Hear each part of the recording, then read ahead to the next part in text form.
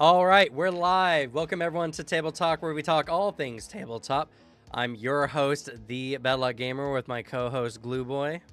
Hello, hello. And today we're gonna talk about the 44 rules of D&D, or the 44 rules for D&D. I think is the name of it. Yeah, 44 rules for D&D. And also, hi Gabriel.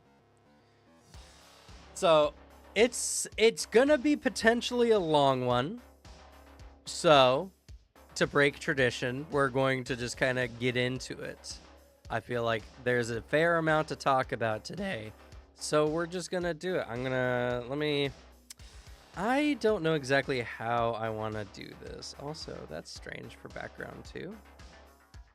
Yeah, while you like set it up, I assume like just importing the pictures in. Yeah, no, it's not a big deal. Yeah, I guess Done. first and foremost. First and format, yeah. Yeah, I was looking at formats. First and foremost, while you're setting it up, what is your overall opinion of these to like set the scene almost? I mean, you know me, I don't prepare anything. Yeah. I'm just Have talking you not about read through all of these? I've heard a good portion of them. I have read all of these when it was first a thing. Is the bonk re-enabled? Maybe. You should probably increase the size of it, or the point size. I should increase the point size. I'm just gonna make it like 10,000 points. I have forgotten how to do this.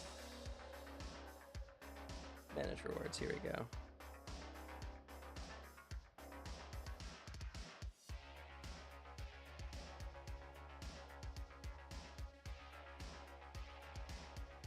No.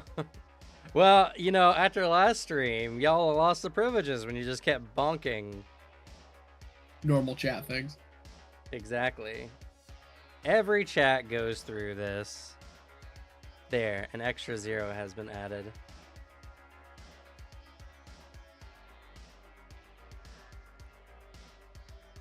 But yeah, as someone who's read through all of this and has opinions, I will state, these are the writings, in my opinion. I think a lot of people, when I read through it, were really quick to go through immediate to dunking and pointing and laughing.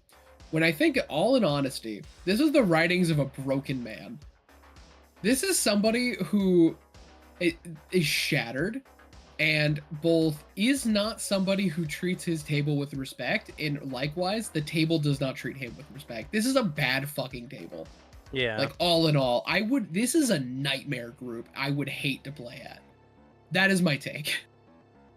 Like, I think both squads are at fault. I don't think either one is more or less at blame. They're both pretty bad and need to, like, follow through some basic D&D advice of, communication. Yeah. That would have fixed all of this. I mean, so that's kind of the thing, right? Is, I guess, a good preamble. I was talking about something similar. It's more like along the realms of playing Magic with people. Because Magic, especially with like Commander, the EDH, is really fun. But its funness varies widely depending on the table you're playing at. There's, hey guys, I'm testing out this goofy deck. Let's see how this does. And then there's, hey guys, I've been like tweaking and min-maxing the shit out of this deck. So if you're not coming at me at 100%, this game is going to be over in 5 turns. It's literally a thing that Wizard of the Coast has actually written out and it's asked people to do, but it's not respected apparently. It's the rule 0. Is everyone needs to agree on stuff before they play. Right. There's literally the format with silver border cards that are goofy cards with weird rules. They're not broken, they're just weird. And if you want to play with a silver border, every person at the table has to consent to silver border being in play. Right. But that's all not the point. The point is that communication. Well, communication, but not only that, but just honestly like player goals are very indicative of what is determined as fun, because it's easy to say we're just here to have fun, but people have fun in wildly different ways. In Magic, people have fun having a deck absolutely stomp everyone. They find that fun. People enjoy winning, right? So for the people who want to just enjoy and have a goofy game and they don't care whether they win or lose, versus someone, you know, who's just like, I need to have a good deck, I refuse to play with anything that's not optimal, then it's just a conflict of interest, and it's not going to be as fun. Yeah, you might have some fun, but not as fun. And so this GM is probably just in a mixed group. They're probably friends, and it probably is something where it's not just like find another table, because I've seen a lot of people say the same thing, like, you should just find another table. They're probably good friends. It's just they probably have friends who enjoy the game in wildly different ways, and so this is like the only way they thought that they could rein everything in. Because there's been times where I've been in a situation where I'm like, okay, I need to like pull back some of the player options the book says, because otherwise the game's not fun. Even though that's something I absolutely hate doing and dislike doing, I've tried to do it before, and eventually it just didn't work, because the player was just going to find new workarounds, find new things to break to make my list ever growing, and it was just an incompatibility. So that's probably what this is. But the whole point of us talking about it is not to justify whether it should exist or not. It's to meme on it and to just look at these rules and rant. We are inherently going to point, laugh, give takes on it, but like, at least that is the overall kind of point of it, is the overarching point of communicate, and this isn't the way you should handle things. There's a lot of preamble of like, hey, don't do this. Well, and that's the thing, right? Is that might have happened. We don't know. They could have tried. It could have been a thing of like, they're expecting the player to see the trouble it's giving them and expecting them to, like, you know, understand socially, which might just be getting missed or might just be being blatantly ignored. It's really hard, and it might not just be clean. It's not just be normal, please. Sometimes people just have incompatibilities playing games. I think together. there's incompatibilities are normal, and I think there's a lot of steps that could have been better taken before you write 44 rules very, very angrily. Because these have a really angry voice to them. Yeah, well, you know what? That's a good segue into the first rule, because it's very, very hostile. Number one, I'm timing turns. I don't give a fuck if it's unfair if your opinion causes because your spells are hard or you don't know what square to move to. You get 1 minute to know all the actions you want to take, or I skip your turn. Yeah, this one's firing on full aggro, and this was probably just, they were heated at the moment they started writing these, and that's the first one, and it very much shows. It paints the entire list. And yeah, did not see the original OP. I have no clue how much, if they bullied their DM. Anything we can source is either archived or from this post. I wouldn't doubt it from what it sounds like they've had to deal with. I think, honestly, that's a bad way to deal with that problem. I think Cam's method of dealing with longer turns and I think your method that you've kind of implemented over the years is good, which is simply give players a heads up that their turn is coming soon, so they start planning. Yeah, some players are so bad about that. Some are. Don't get me wrong. The other times, because it happens to me, especially if you play a caster, is you have those moments where you're like, I want you to understand I was genuinely planning, and then something happened that changed it. Right. But like just the hey, by the way, you're on deck. Like having that moment where you have like the turn before to immediately make sure things are planned, it does help, and I think it's a nicer solution. Yeah, I don't even know where I got that from. I think it was Critical Role. To be honest, I'm not 100% sure. I've But seen yeah, him do it. it's a very good just indicator. I know Foundry also has a mod you can do that lets you know on your screen that your turn is coming up next, so the DM doesn't even have to do that. Uh, the problem with this in particular is one, it's engagement. Are your combats engaging? Are your players engaged in the combat? Sometimes it's inevitable. You can't help it because other players are taking forever, so a player is going to zone out no matter how good you make your combat because the other players are taking a while. And so that's happened to me before. I'm just sitting there waiting because my turns are quick. I thought my turn up after my turn ended, and I plan for a few contingencies. The only situation is if I think of a new like alternative. But this whole thing is purely like predicated upon the perception that your players are one intentionally wasting time or are intentionally not trying to prepare, and two, your players are capable of thinking quickly. I've played chess and other board games with another individual one-on-one. I get my turn done in 10 seconds and they take 10 minutes. Because some players, it's not just as simple as, oh, this is what I want to do. It's, I want to do the perfect thing. So let me go through all the options and see what's actually the best option. Like they don't feel comfortable making a choice until they've considered everything. So that is just an unavoidable thing. Some people can do it quickly, some people can't do it quickly. Some people don't pay attention, and so they need to be warned their turn is coming up.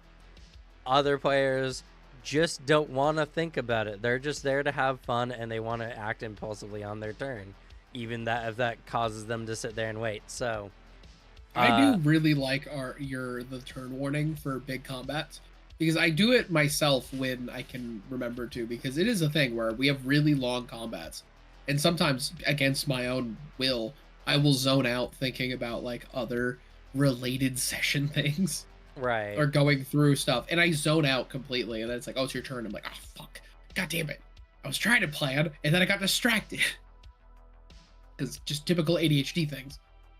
So But like, so that it's a tool that I think helps. And then choice paralysis, and I think having a timer is just going to make people panic. yeah, it's gonna make the choice process worse, and they're gonna make a decision that they're unhappy with, feel like they're forced into it, and overall just have a worse time in your game. And So probably piss off this DM with the type of DM they seem to be for making a right. shit decision.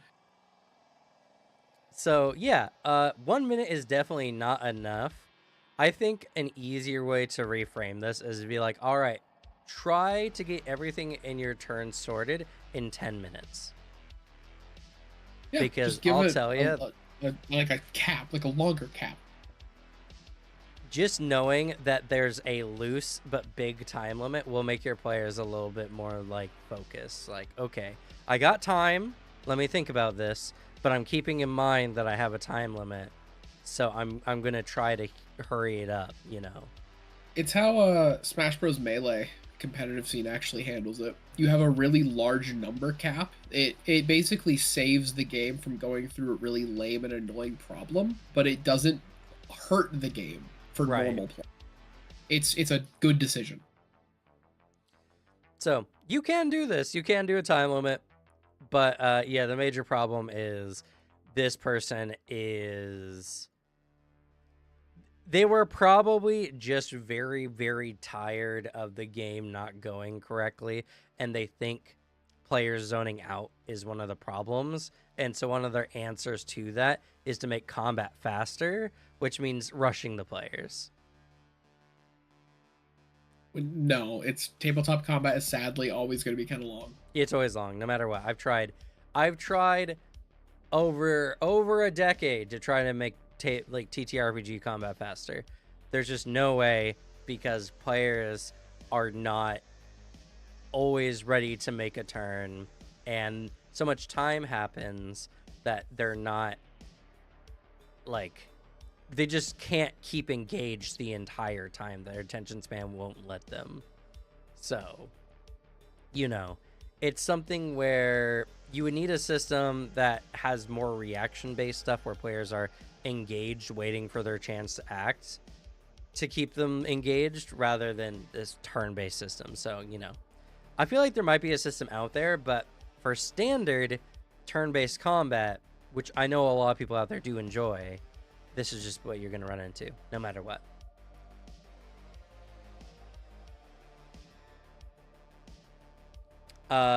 Let's do the next one. Number 2. If you want harder fights, bring a second character sheet and expect to twiddle your thumbs when you die. I'm not going to baby anyone. Yeah. This is a conversation I remember we've had where I think this is a thing of the players have 100% asked and agreed to have a harder game. He swung back with a harder stuff in his eyes, then the players weren't a fan of it. It's just your point that you made of players often don't know what they actually want. They want the perception of difficulty, not true difficulty. Because true difficulty sometimes in a TTRPG is also bad because of the swingy nature of the D20 system. Yeah, exactly. And I mean, and this is a problem with D&D. I feel like Pathfinder... Yeah. Pathfinder's better, at least. Like, well, yeah, but like in Pathfinder, I feel like at the very least, even though the dice are swingy, that's something a D20 is just always going to be. The amount of strategy and things you can do in Pathfinder are definitely better at managing difficulty. Your player's ability to use tactics in Pathfinder makes a bigger overall, like, effectiveness, I guess, of how big a challenge they can handle. So in D&D, it's not really a choice. Some game effects are just bullshit, and some things are literally just like immunity in Pathfinder is super hard to come across. Like, only ancient dragons get immunity to elements, and like everything less than that has a resistance. So in Pathfinder, you're RPing a pyro mage, you want to use fire spells. Most of the time, you're never going to be just hot out of being able to do damage. But in D&D, the straight up immunity to like certain types of damage is so prevalent. You just run into encounters that you're just not able to do anything for. Yeah, it's that issue. Legendary resistance, literally as it's said. Legendary resistance. There's the constant counterspell wars. There's stunning, and one of the reasons too, in case we get random D&D players swinging in here and upset that we're doing the Pathfinder fan thing, that we're our game better, ha ha ha. Well, yeah. One of the reasons we bring this up is because the original conversation I'm referencing is come up of a game that we were playing, where we had the conversation difficulty, and it's our main game, talking about like balancing our own difficulty for our game and our table through our Pathfinder 2nd edition table, and like our game. Yeah. And then also we both have experience with both sides of it. So if we've had the discussion of like the issue of players wanting the perception of difficulty over true real difficulty in a TTRPG, and we're like, ooh, in Pathfinder, we have a lot of methods of doing that. In D&D, in a game that famously, its main difficulty scaling mechanic is famously broken. It does not function. Pooh Boy, I can only imagine. Yeah, one, and it's not even meant to be as a direct comparison. I'm just saying, in D&D, you just don't have the ability to properly gauge combat on one side or the other. There's really not a lot of strategy that can happen. Like, the only D&D strategies out there are how do we break the game strategically to help us in a situation, right? That's the only strategy in D&D, because there's just not a lot of effects that you can do to give other players advantages, or at least not without just completely breaking the game. Again, like D&D, it's like, oh, this enemy has disadvantage. That doesn't mean the enemy's number is necessarily going to be lower. It's just a higher probability it's going to be lower. Where in Pathfinder, you frighten an enemy, their number is lower at base. There's no opportunity to roll above what that penalty can give. So, you know, it's I'm only saying it as a, in D&D, this is especially worse. Yeah. Hard combats you just can't deal with. And so, to put it in perspective for Pathfinder players, it's just, you can do tactics. Just imagine that flanking isn't a thing in Pathfinder, or frightened, or like remove like most of the conditions, right? Or instead of a bonus, it's just advantage, disadvantage. That would skew the game so wildly that, yeah, of course they're going to have difficulty. So yeah, this one is just complete BS, and it shows a complete a complete complete lack of understanding of how D&D as a game generally works, mechanically speaking. And obviously was a player, or some players are like, hey, can you make the combats more difficult?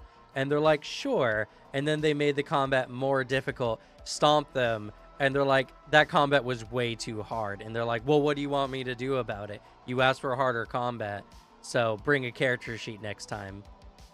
Yeah, exactly. The second character sheet sounds like this is a person who's been playing for a long time. That is some, it was said, that sounds like some grognard like mentality. Yeah. Not saying they are, but it's, you know, the typical, like, this is a meat grinder campaign, have more characters with you. But probably should, I remember our last week we talked about keeping like 2 minutes per. Yeah. Definitely not gonna honor that, but probably to the next one. Yeah. Well, yeah, like I said, I said we weren't gonna finish today. It's, so yeah, we'll go as far as we can. And the orrery, oh boy, new edicts from on high to be a good GM. What discourse have I missed? If you just look up the 44 rules of D&D, you'll get everything you need to know. Yeah, it's just a GM leaving this message, and then the game fell apart. And then everyone made fun of them on the internet. Oh, Alex, do your thing. Yep. All right, number 3. If you call me or my roles unfair, I'll get up and go home. If you gotta ride with me, you can find your own way back and suck it up. The last part of this one seems very targeted. Yeah. That's targeted at a specific person. This person or individuals, yeah. Yeah. This is the only part I'm going to even, one of the times here, I'm gonna partially fight on the side of the GM. A little fair. If you are going to roll up to a game and kind of just disrespect a player or just somebody at the table, it's well within their right to get up and be like, nah, fuck this. I think I'm good. Yeah. That's well within their right. I think the line of like directly, I'm going to get up and go home, ditch you without a ride, go fuck yourself. I think that part's a little far. It's a little hostile. And I also, a little hostile, a little targeted, like you said. But like, it depends on the tone, because I think there's the lighthearted tone of like what we do and like a lot of other tables do, of like when your GM's rolling hot and you're like, ah, what do you got, weighted dice over there? Like, you know, like friends do, like fucking around. You don't mean it. Everyone's just in good fun. But then there's the actual meaning it, being rude about it. I think putting your foot down and being like, hey, this doesn't feel good when you say this, fucking cut it out. That is fair. And oh man, I don't know what you're talking about, because the next one is not great. But yeah, let's finish this one. This one feels like the GM might be fudging their dice too. Or if that happens, that's fucked up. I'm not a fan of that. Or hard combat came up, players were frustrated, and then when something went the DM's way, players lashed out because the combat was unfun, and that's what sparked this one, which seems like the likely scenario. I think it's completely... If you are doing things that are a little scummy, people should be able to call you out for it, and you should be able to take it as, you know, like a criticism.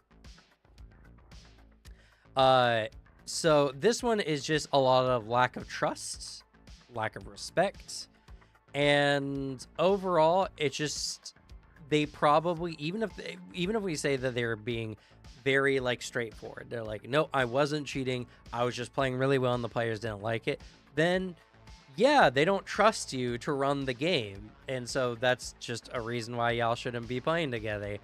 It's True.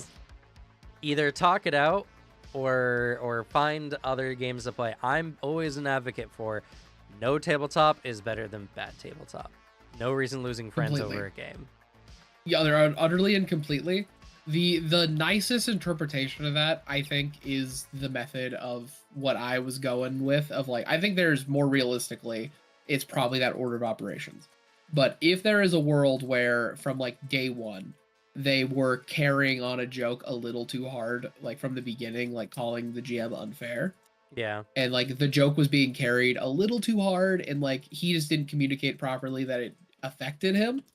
That's fair reason to put your foot down, but you should communicate that early on, that like, hey, this doesn't feel good. Well, and that's then the if they thing. carry on from there, put your foot down harder. They could have just ignored that or forgotten it or something, not taken it seriously. Like this one comes from a place of hurt and lack of trust. So exactly, it's probably a lot more complicated than just talk it out, because sometimes people are just not good at talking it out. True. You can't tell someone have emotional and social intelligence. You just can't do it. I at least think if this is going to be like a larger thing, there is always the point to walk away from this with of don't tolerate disrespect at your table. Like you're well within your rights to not accept that. True. But there's nuance here. If you're the dickhead, like in real life though, like if you're the one being an asshole and just someone's like, hey, you're being kind of a dickhead, like I don't have to take this from you. Yeah, I mean, I guess this one really boils down to talk it out. If that fails, then yeah, don't play together. Done. Honestly. Very simple solution. Let's go on to number 4. I'm going to take your character's loot away as regularly as you want it given out. Rule 3 will apply here. So I think a lot of people are misinterpreting this one.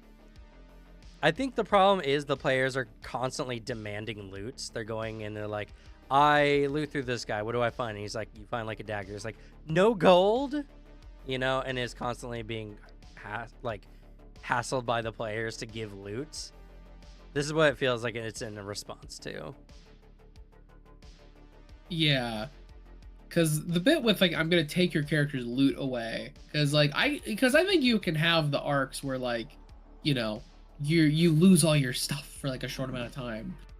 You do it too often, you do run the gambit of like, that's a little anti-fun to give out toys and then constantly be removing the toy.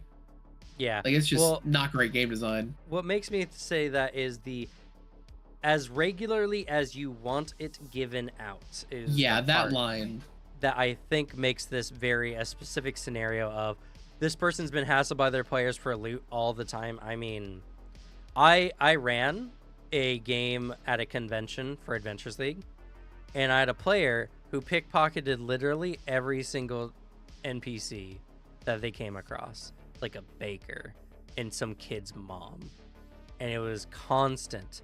I pickpocket them. I pickpocket them. I pickpocket them. It's annoying. And if that player, like, I gave them cookies and like 3 copper and all kinds of stuff, just like small stuff that you'd expect to find on a person's pocket anyway. If that player had been like, why does no one have gold? Then yeah, I would be a little upset about that. So 4 may be reasonable, but also maybe not, because it seems like this could be taken way out of proportion, and you know, it's And it's also just not the correct response. How about that? It's also just not the correct response. If your No. players are constantly asking for you to give them shit and you say no, they should be able to handle that. But if your players feel like you're not giving them enough loot overall, that's a conversation y'all can have. But taking their loot away from them is childish. And it breaks the very basic understanding of what a player has agency over, which is what their character has and what their character is capable of. If you can take what a player has at any time without them having any ability to stop it or to prevent it from happening, that's removing player agency, which is never a good thing. Yeah, it's a little, especially like you have something that's going to contribute to their build, it's going to contribute to a lot of extra stuff and decisions they'll make, and then you remove stuff. It's just more than anything too. It's just kind of anti-fun. It's just there's a reason like it's not done a lot of times in games and stuff unless that's the intended experience you go in like with the game. Like a lot of games you go into that do that, it's the point. So again, man, another one. Oh god. So another situation of talk it out. Talk it out. This seems like there's some obvious problems going on, especially when it comes to player expectations versus what the GM is expecting to get out. So that being the case, talk it out. Let's move on to 5. I hate this one. If you don't act out any of your persuasion or intimidation or any other social checks, you fail before you even roll. You fail immediately because you aren't even trying and you're making the game lame for everyone else. This is bad. I think everyone here knows it's bad. I will say, I understand where this is coming from, though. This is, the players are saying, like, outrageous stuff, right? Like, I am intimidating the general. Like, I'm a level 5 who gives a fuck, and I'm gonna intimidate this level 15 general. I'm not going to explain how I'm going to do it. I'm not going to explain what leverage I have to do this or the fact that this guy is battle weathered. I'm just going to roll intimidation. And just so happens I'm a bard who has specialization or whatever it's called when you get double the bonus. Expertise. I have expertise in intimidation. So it's a situation where the character has no realistic way of actually intimidating this character or no real reason to. And they're just saying, I roll it to convince them to intimidate them or do whatever. Like, I look at the queen, I say, hey, you want to come? Or they want to say it. I try to convince her to come sleep with me.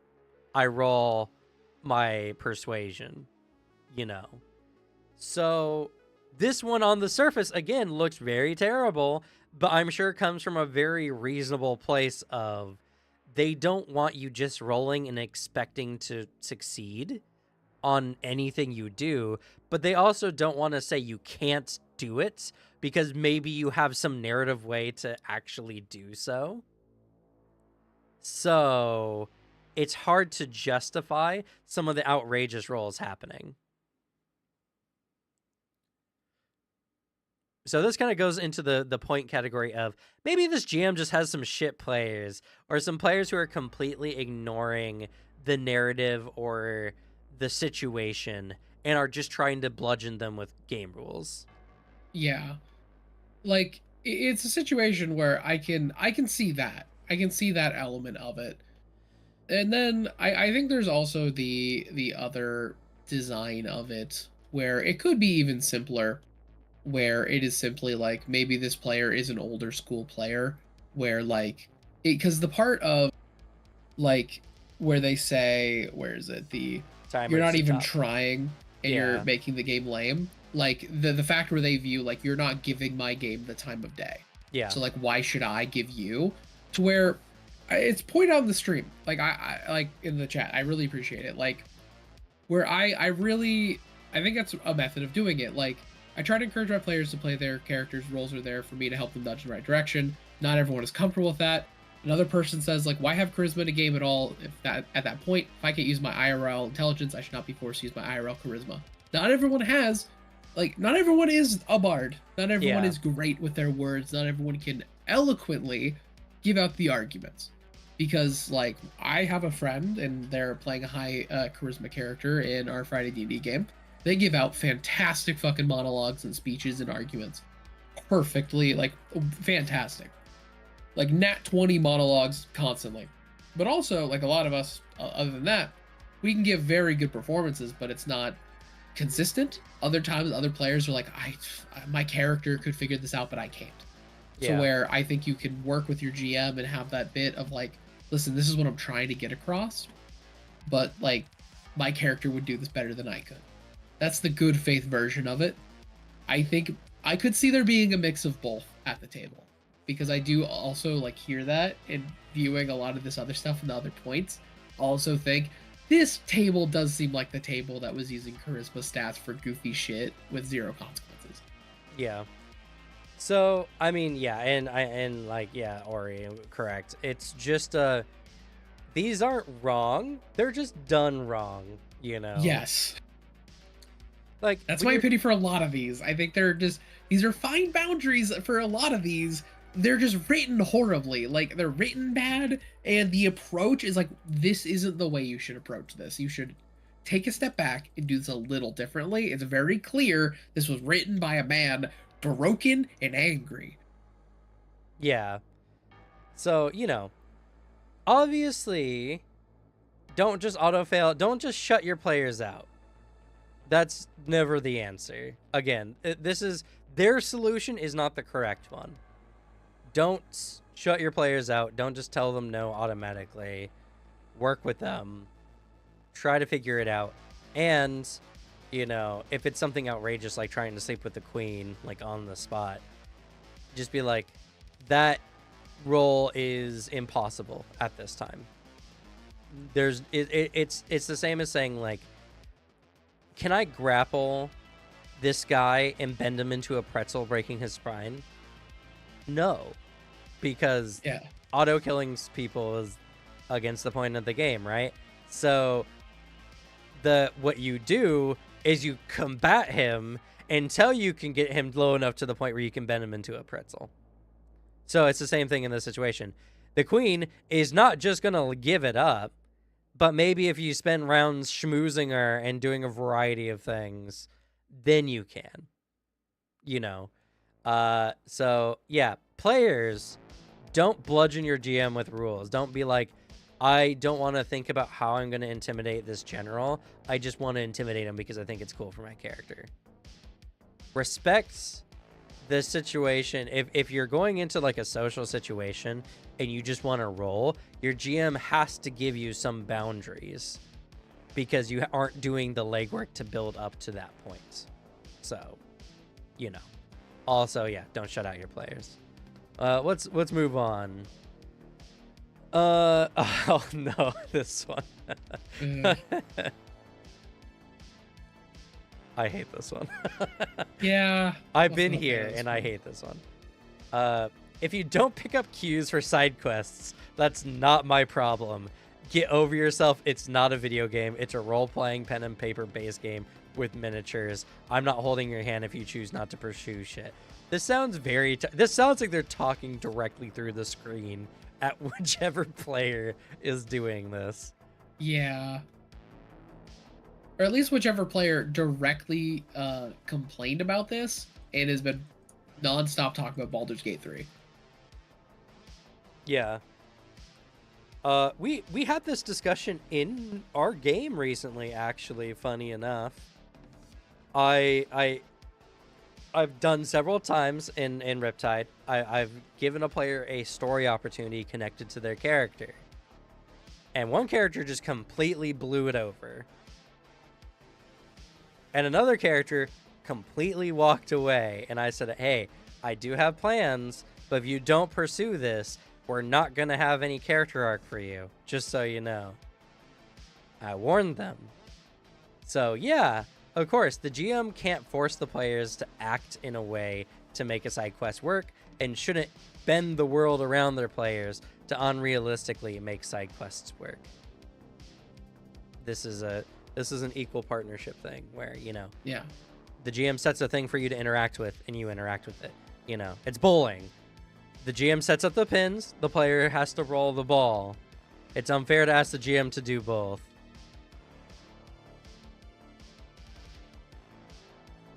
Missing cues is in my, I don't know what E stands for there. In my experience. In my experience. Oh. One of two problems. Either the GM not communicating it in a way that the player understood. However, there's sometimes players are just dumbasses. Yeah. I mean, yeah, for sure. And that's the thing, right? That's why we had the discussion. That's why we talked it out. That's why I was like, hey, this is a moment. Please consider. And I've done that many times. I'm like, all right, consider that this is of what you're about to do. This is going to happen. Because maybe the player doesn't understand that. Again, communicate. Obviously. This one is probably GM set up a quest. Players didn't follow it, or they didn't realize it was there. Afterwards, the GM was just like, well, you missed out this quest on this character. And they're like, why didn't you tell us about that? We had no reason to go talk to that NPC. We were busy doing a thing, And both sides were probably upset because legitimately neither side acted in the way that the other one was expecting. Yeah, I think the method, if you want to, I think you give the conversation and you lay out, this is the consequence. Like, I will communicate. And then if it's something too, like, that your players are like, they're going to like, or you're setting something up, I also think there's nothing that crazy wrong with you at the table going, hint, like, to your players, being overt, like, hint, this is a side quest. If they're like that fucking dense, like, if they're like that, and if they complain, like, man, it's kind of immersion breaking. It's like, well, like, what else can I do? I gave you all, I've talked to you about this. This is like the solution I came up with. Yeah. This is the video game quest marker, because I know you guys like playing RPGs. Yeah, it's just, so obviously communicate. I don't even know what more to say, honestly, without rehashing. Yeah. Just communicate that there is like, sometimes a character will know something a player doesn't. All the time in our games, I'll say, your character recognizes this thing because it relates to your backstory. And that's all on my side. And the player doesn't need to, like, have that prepared ahead of time for me to make use of that. So, it's just one of those things where it's like, you walk away from the woman, but you get the feeling that you get this cold feeling in the pit of your stomach. This might be the last time you speak to her. Something doesn't feel right about this. If you want to be completely narrative about it, that's the way to do it. That's a good way of doing it. All right, let's move on to 7. If you move to a square in combat, there are no takebacks. This isn't fucking chess, dog. Again, this is one of the ones where I understand where this is coming from, because what if they're using sightlines? What if they're playing on a virtual tabletop where a character moves around a corner, saw something, and they're like, oh shit, no, I didn't mean to do that, and went back, There are reasons in this list that I do not believe they're playing virtually. I think they're playing in person. I mean, yeah, obviously miniatures, but that doesn't mean sightlines don't exist necessarily. Yeah. Or playing I think abusing sightlines, maybe. That, granted, I don't know. In-person sightlines for tabletop is quite something to pull. And this also, actually, because it's D&D, now that I've thought about it, it's probably a situation of player accidentally walked up next to a bad NPC and then got stuck by attack of opportunity and wanted out because they figured that was bad for them. And they probably have done this a lot. Yeah, this is probably part of the thing of their turn takes a while because they do a thing like, oh wait, this is actually a bad idea, I take this back. Yeah. Or they're like, or they realize as they're doing a thing, like, no wait, actually I do this instead. Like they Yeah. do that like constantly, and so they're annoyed by this.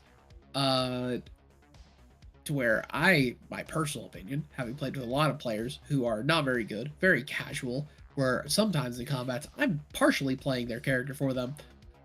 Get over it. You just kind of have to deal with that. Not gonna lie.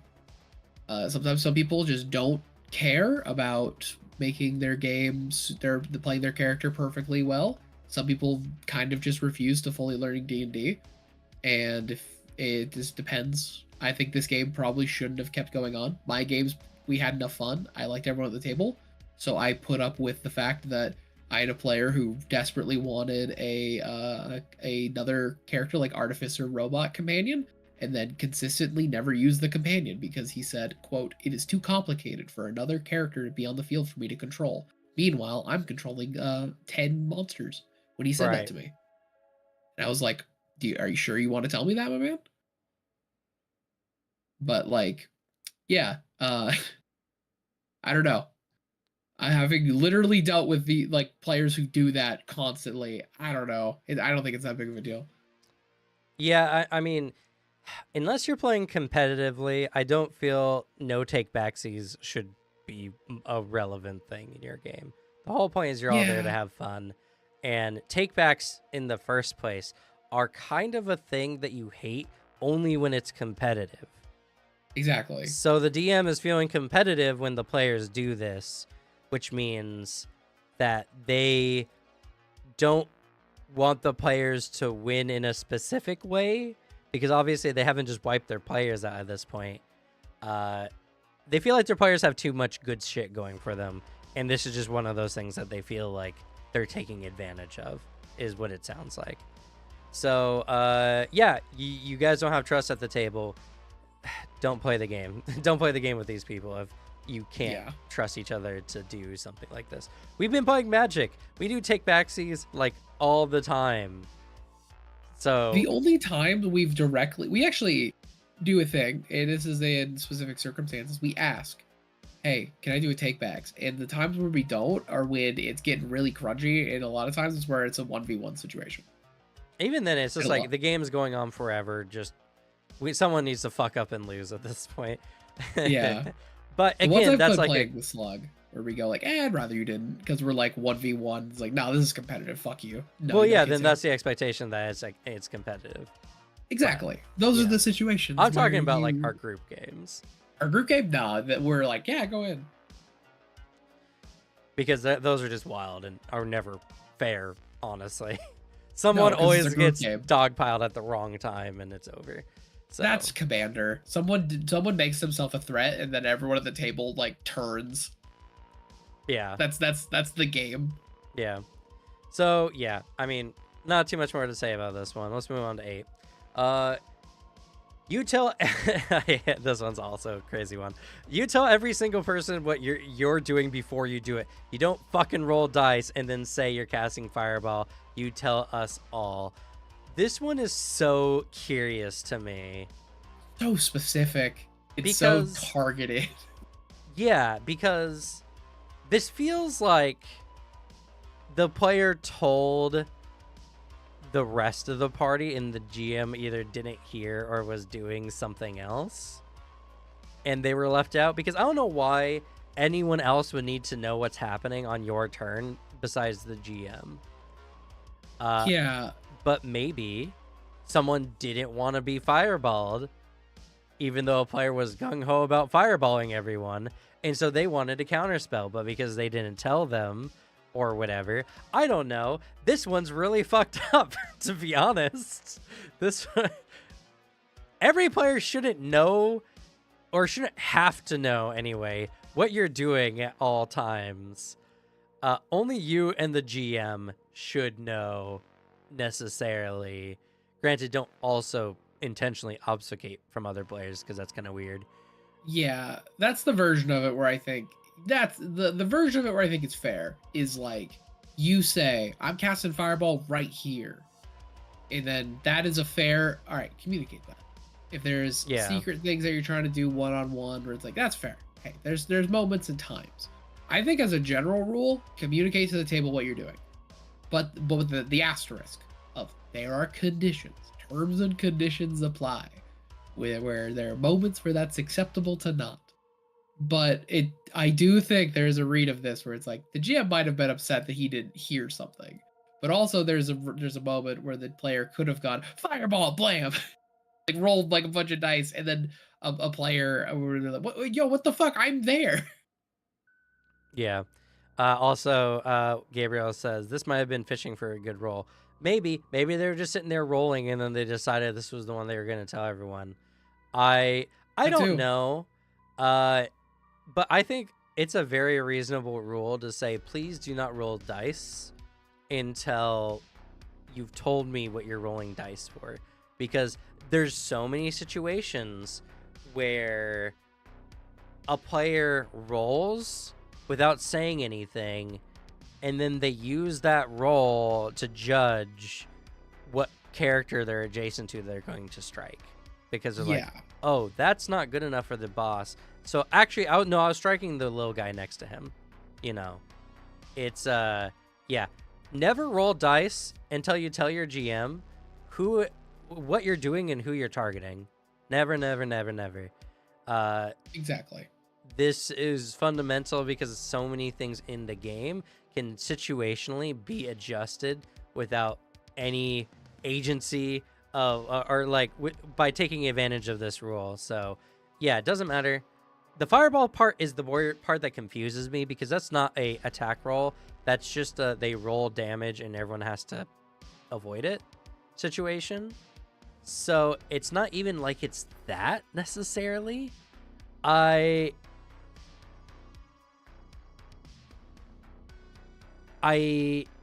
don't know. This seems like a very specific situation that I can't even necessarily divine.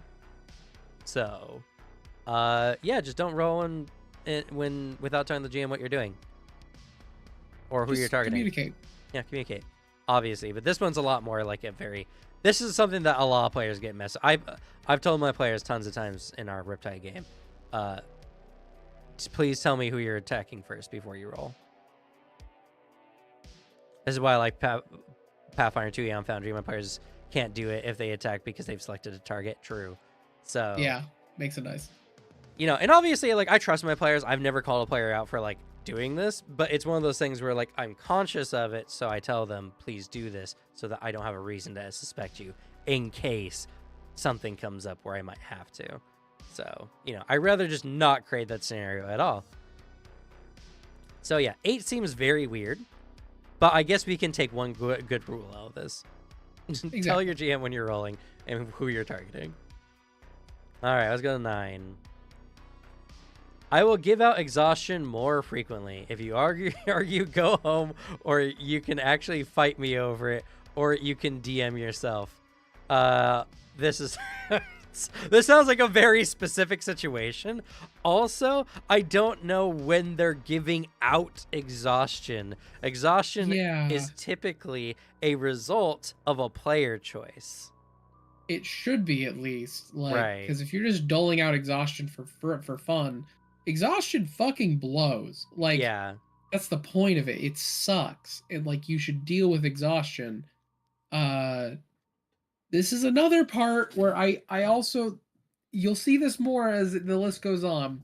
This part starts building on my personal theory that I think that this GM, it's also, we've stated it a good amount, but this builds on a personal specific theory. That really one of the main problems here is that this GM and these players are fundamentally incompatible because they want a different game experience. I think that this GM wants a more hardcore game experience and was directly told by the players that they wanted to. So then tried to do it, and then the players were upset about it. Where the GM might have come from an older tabletop style where that's normal and that's cooler, blah blah blah. Maybe that's reading too much into it. But there's more that comes in later where it's like, man, like, my man, you might just be incompatible. These players might just not be that style of player, and if you're gonna do hardcore mechanics like this, you should talk to them first, not just make that decision yourself. And also, yeah, Klaus. For rule 8, I don't care about this, to be honest. I trust my players to have a plan beforehand and won't change it to cheat it. Yeah, I mean, that's a trust thing for sure. You have a good It's table. for me, it's just a situation of I'm removing a possible situation because it's folly to say you're never going to have an argument with your friends. So It can why give an always just opportunity happen. to have it happen, you know? Or maybe a player rolled and wasn't even thinking about it and has to decide. You know, I've had that happen too. So for sure, that's definitely your choice to make, and if that's what y'all agree on, that's completely fine. It's not like I don't trust my players. I'm just preventing a situation that doesn't have to happen.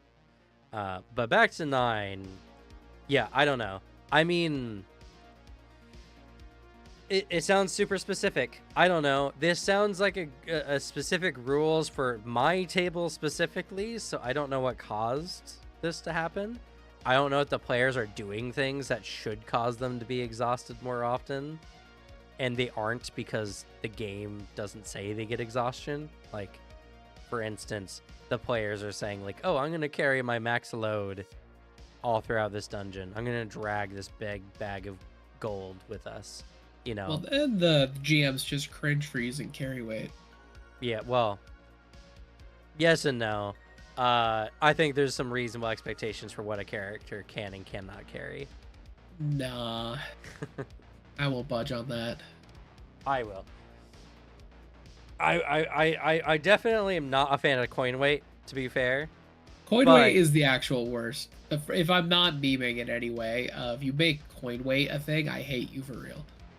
But sometimes the challenge is you got a big bag of gold, but it's very hard to carry. So here's way more than you normally would get in this situation.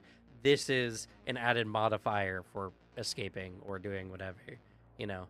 So it just turns into a different kind of quest objective in a sense. But who knows? I don't know. This one seems like it's way out of left field. There are not a lot of ways of giving exhaustion out unless players are doing something to make themselves exhaustion.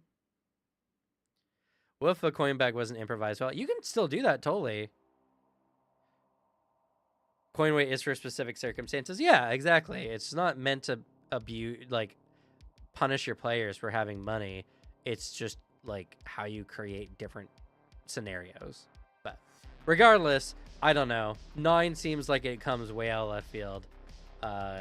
And to do more is to speculate on very little evidence. So let's move on to 10. We're an hour in and we're a quarter of the way done, almost. Some of these are easy coming up, so we should speed through some of these. Every snide comment you make to an NPC will be remembered and paid back in triplicate. you all seem to believe there's little consequence. Yeah, we talked about this one last time too. It's so silly. Every snide comment you make to an NPC will be remembered.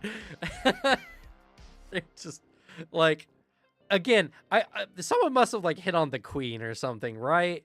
Yeah. The players must have been really, really uncouth towards some of the NPCs, and the GM is just absolutely tired about it. Because I don't know what snide comment paid back in triplicate even means. You're a doo-doo head, and then 3 of them come up and like, well, you're a doo-doo head. Is that the triplicate? Do you literally get shit on? Is that what they're interpreting? I don't know what this means.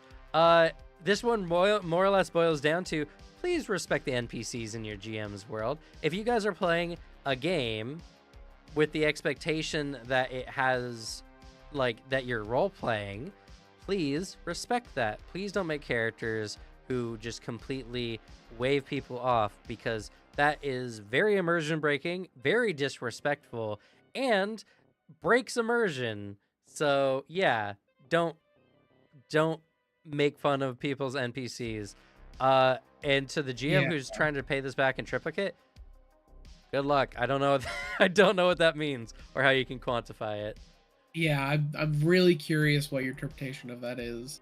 It like you can play a character that's funny and charming and like snarky. You can do that without being disrespectful. It takes some skill, but like, you know, it's part of the reason where I think this is an incompatible table, where I think they're playing the casual tabletop style where every single enemy is just made fun of, like, you're a bitch.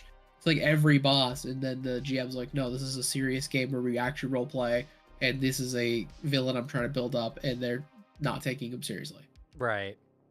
And it's like, you might just be at the wrong table. Yeah. Which is also, you know, they might just be real friends, so that's harder to say to find a new table. Also, oi man, I'm a child. How did Doo-Doo Head make me laugh? You know what? Laugh. Laughing's good for you. Don't let anyone tell you what you should or should not laugh at.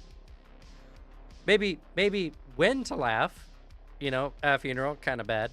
But for the most part, if I can make you laugh with Doo-Doo Head, then I've made your day a little bit better, and that's what I aim to do. Got caught up by Monster Hunter. Fair. You're absolved. That's a fair reason.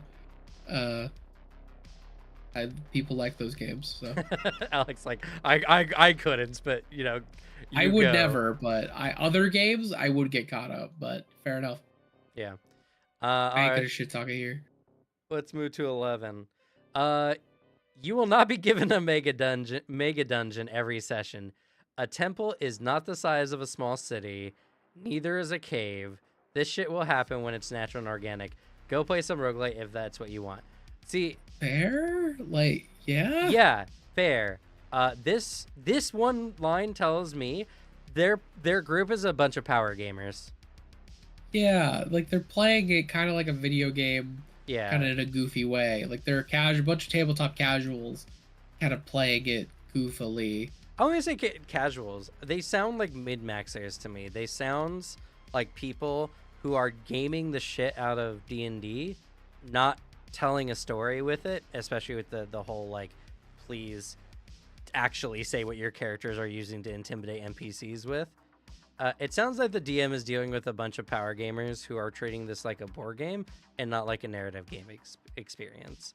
I only don't go as hard in the min-maxer camp, but granted, you can still be a min-maxer and not be like super great at the game because of the parts where it's like turns are taking really long and they're constantly taking stuff back.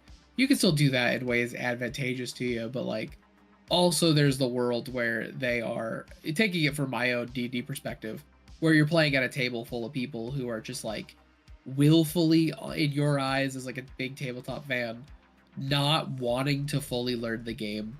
Like they're just not fully engaging with it. It's like, it's been a year. How do you not know how this mechanic fucking works? But there's multiple realms of it.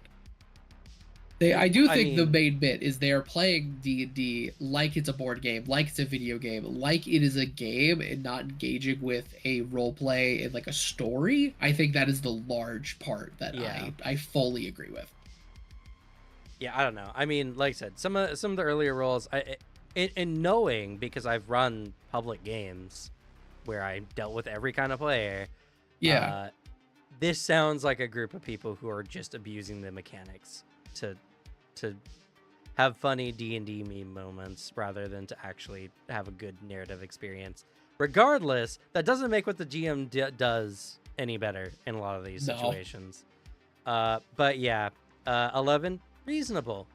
Honestly, nothing to complain about. The GM is completely valid and right in this situation. A little passive aggressive maybe, but a little weird in how they say it, but yeah, fair. But fair point. You know what? We'll give him 1 gold star for number 11 here. It's fine. All right. Oh, that was the wrong part of the scene I clicked. This one also is an insanely specific situation for a basic rule. The travel portion is done. No more travel in any game going forward. You want to travel continents, doing literally whatever you want, whenever you want. Go play World of Warcraft or play D&D with AI. Fair? Like, again, fucking weird. I don't know what situation this is. This is another targeted thing. But fair, I guess. if they're like, we want more travel, and that's all they're saying, and you're just like, we're in the place you guys have been traveling to, and now you want to leave. What the fuck? Well, it's probably just I set up a story here and you guys just left. You guys have no reason to leave. What the fuck are you doing? I am Yeah. trying to tell a story here and you just change cities? Fuck all the work I put out, I suppose. It's not Also like fair. they can find you. So, yeah, 12 is very silly. This isn't a rule. This is No. this is a tip. This isn't a rule. Fuck it, it's not a rule. I don't even know why I'm talking about it. Like it can be a rule. This makes no sense as a rule because this is like so no more travel. Period. Ever. Yeah. They're just upset. They're just upset. 12 is not a rule. They've this is a GM who has been besmirched by having their story. And to be fair, I've been here. I've been this man in this situation where I'm like, here's the story, guys. Now we're gonna take the train to Denver. And I was just like, okay. I have no power to stop you. The town is gonna be taken over by brain infesting parasites. Yeah. Respect the plot that your GM is clearly trying to do. Please follow the plot, but rude. Yeah, pretty much. Yeah. All right, let's go to 13. All right. If you're late with no good reason, I'm going to have your character's hit points for the entire session. Okay. I understand being upset at players being Yes. late for no reason. It just like because there are people that just do not like show up on time and almost in that idea where it's like, do they even respect just basic fucking time awareness?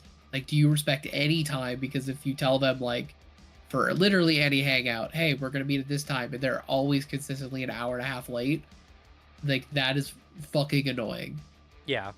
So, legit, you don't players being there on time is an expectation, and if they fail to meet that expectation, that's rude and should be dealt with socially however that is done in your group. Having your character's HP is not going to make them not want to do it anymore. They're just going to think you're an asshole. So, Yeah, that's the thing. I completely agree with Gabriel. Like it's just a bad incentive. You're gonna not want to play now. Which granted might be the fucking want. might be the actual desire. So But yeah, I think it's just a bad way of doing it. 13 is another mark in the please fucking communicate category. Like there's a reason that the only version of that works is you have the two versions. If your friend is genuinely like just having a trouble with it, you communicate very clearly, hey, it really fucking bothers me when you do this, please stop. If they don't, then you do the sneaky version of where you tell everybody, hey, by the way, is it okay if we change the start time by an hour backwards?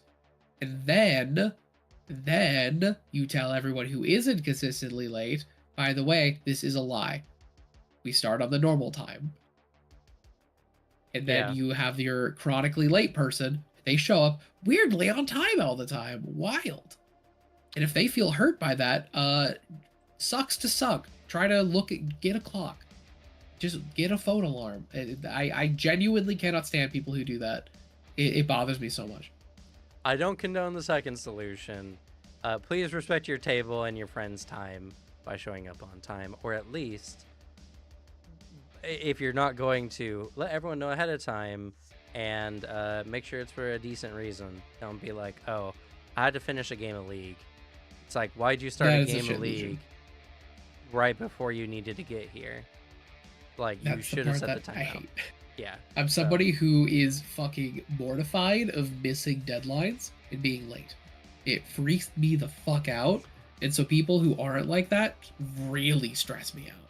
And so like that's always my last ditch solution is just I'm just gonna consistently lie and tell you an hour before to granted, I'm also not friends with chronically late people as a choice because I find them insulting to be around. That's fair. Yeah, Definix is like, some people will say it's just a game. And my response to that is, it's a game for other people took the time out of their day to play, and you just wasted an hour of it. Yeah, it's a Exactly. respect thing. Whenever you set up any plan, it doesn't matter if it's a game. It You have set a time, because time is a limited resource we all have. So if you don't show up on time, then don't bother coming to play. Period. Done. Or at the very least, if it's reasonable, let everyone know ahead of time. It's not hard. Let's move to 14. If you don't show up, so this is just a continuation of 13. They apparently were not done. If you don't show up for no good reason, and that will be determined by me alone if no one else has the guts to say shit for fear of upsetting one another. This one's hard to read. The first time you'll find yourself losing either a whole level or up to 3 major items of your own. The second time you do it in a row, you'll be removed from the chat and the group's full stop. I have no fucking time for people to not show up. This one I have a different take on, which is Sure. largely it is not your place to determine what a good reason for somebody calling out of an obligation is. But you could also have the conversation with a person of, hey, you keep calling out consistently. Is this a thing you actually want to do? Well, I mean, we did have the League of Legends example earlier, which is obviously like not a good reason. So Exactly. But then there's the difference of like, hey, I was an hour late, to like constantly just like not gonna make it today, or just no call, no show. Like there's, I think, the difference of severity where you have that bit of like, hey, we just probably need to have the discussion of like, is this gonna work for you? Like, so do we just need to make the decision of like, you're basically not a part of this, or you can show up when you can? Because we had a player like that in our Friday game who was really inconsistent. Granted, not for his will. It was the U.S. military's fault, because he was part of the Air Force.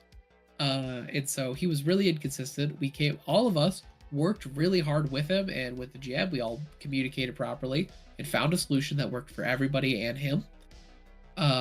You can work with this, but I also just really don't like the beginning sentence, if you don't show up for a good reason, and that's determined by me alone. Fuck you, guy. That's not your decision. Yeah, this sounds like it sounds like someone keeps being late and everyone else is like, no man, why are you upset? It's just a game or something.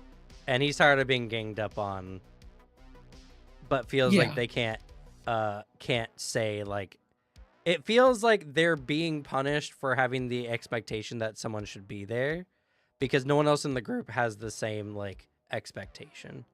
In which case this game just seems way too casual for the person, the GM in question, and just don't play in this game. Exactly. It's just it's an incompatible style. This guy wants a lot more of a serious game. Yeah. So I mean, if your whole friend group is constantly telling you you're the problem, you're the problem. It's not. You might be the problem. It's not like a question of like, logically, are you the problem or not the problem? Because social situations are not determined by reason, facts, or logic. They're determined by group consent and I forget the word, when everyone agrees on something. Consensus. That's the word. So yeah, if everyone else says you're doing it wrong, you're doing it wrong. Find a better group. Am I out of touch? No, it's the kids that are wrong. Right, exactly. So, you might be theoretically correct, or like standardly in most tables groups correct, but you're not at most other groups, you're at your group's table. So yeah, again, another situation of, obviously y'all have different expectations, and it sucks that these might be the only people you feel like you're able to play with. It sucks that maybe these are people you normally enjoy playing with, but sometimes you can have someone, like, I know this from very personal experience, you can have someone you have no beef with that you enjoy spending time with, and you just are incompatible with tabletop. And that's just a choice you have to make, and that's a very adult decision to be like, hey, I respect our friendship, I can't play this game with you because we are not compatible playing this game together. So, it's the same adult decision that goes into like, we are amazing friends, we get along perfectly. If we live together, that will change. So Yeah. no, we can't do this. It just, that'll happen. You make those decisions. If you get let's go to 15. If you get Ugh. too stoned or drunk to play, I will go home without a warning. Your warning is here. Fair. I mean, yes, but also contradictory in itself, because without a warning, but here's my warning. Yeah. Respect the time. This again leans into the expectations. GM wants to have a more serious game. Everyone wants to come around, dick around on D&D and get stoned and or get drunk and play buzzed. Funny story. Would you like go ahead, have go ahead. those? I've played games where we all drank, got drunk while playing D&D, and like you can have those games, and you have to make the. I think everyone at the table needs to agree that that's dope. If you're gonna go a little hard, if you're just lightly drinking and that's because that's normal. I feel like you're all hanging out and like just having a good little time, and everyone's just gonna not get crunk. That's fine too. But also if your GM has a thing of being like, hey guys, I have a boundary. Because like for example, Q, he actually has a boundary of like, hey, I really don't like anybody like getting drunk or high while playing my games. I've had very bad experiences with that before. So no, I don't want that. And so that's like, all right, fair enough. Then this will never happen, even like lightly, because he's communicated that. So that's fair, because also you do those games and you have to do it with the understanding of like, this isn't going to be a great game. This isn't going to go great. Yeah, it's not. It would be fun. Yeah, I mean, it's like it's the difference between hanging out and playing tabletop. Exactly. You have a thing in front of you. It's the difference between like putting a movie on and watching the movie. Like it's that thing. It's something to do while you're hanging out. Yeah. So again, obviously there's some expectations not being met by some or certain players in the group. So, again, this just doesn't sound like a good group for DM. Get out. Plain and simple. And let's go to 16 because it ties directly into it. Yeah, it's the same point again. If you get up for a bong or a smoke break every 10 minutes, I will simply pack up and go home. I'm sick of waiting for every book to be at the table. So this one, a lot of people are going to be like, yeah, totally. You might not understand how bad some people need to smoke. Like, addiction is a very serious thing, and some people just need to have a smoke, like, every 30 minutes. Now, obviously, if it's a bong rip and they're getting stoned out of their mind, that's a choice, typically. Not always, typically. But, like, a smoke break, that's a very different thing. And you either have to be okay with that player just being gone, and if that's overly disruptive, then there's nothing you can do. That's an incompatibility, and you gotta deal with it. But I will say, for people who are addicted, it's not as easy as just not smoking. Some people just have to. So, and like also I do think it's definitely like an exaggeration of every 10 minutes, like obviously.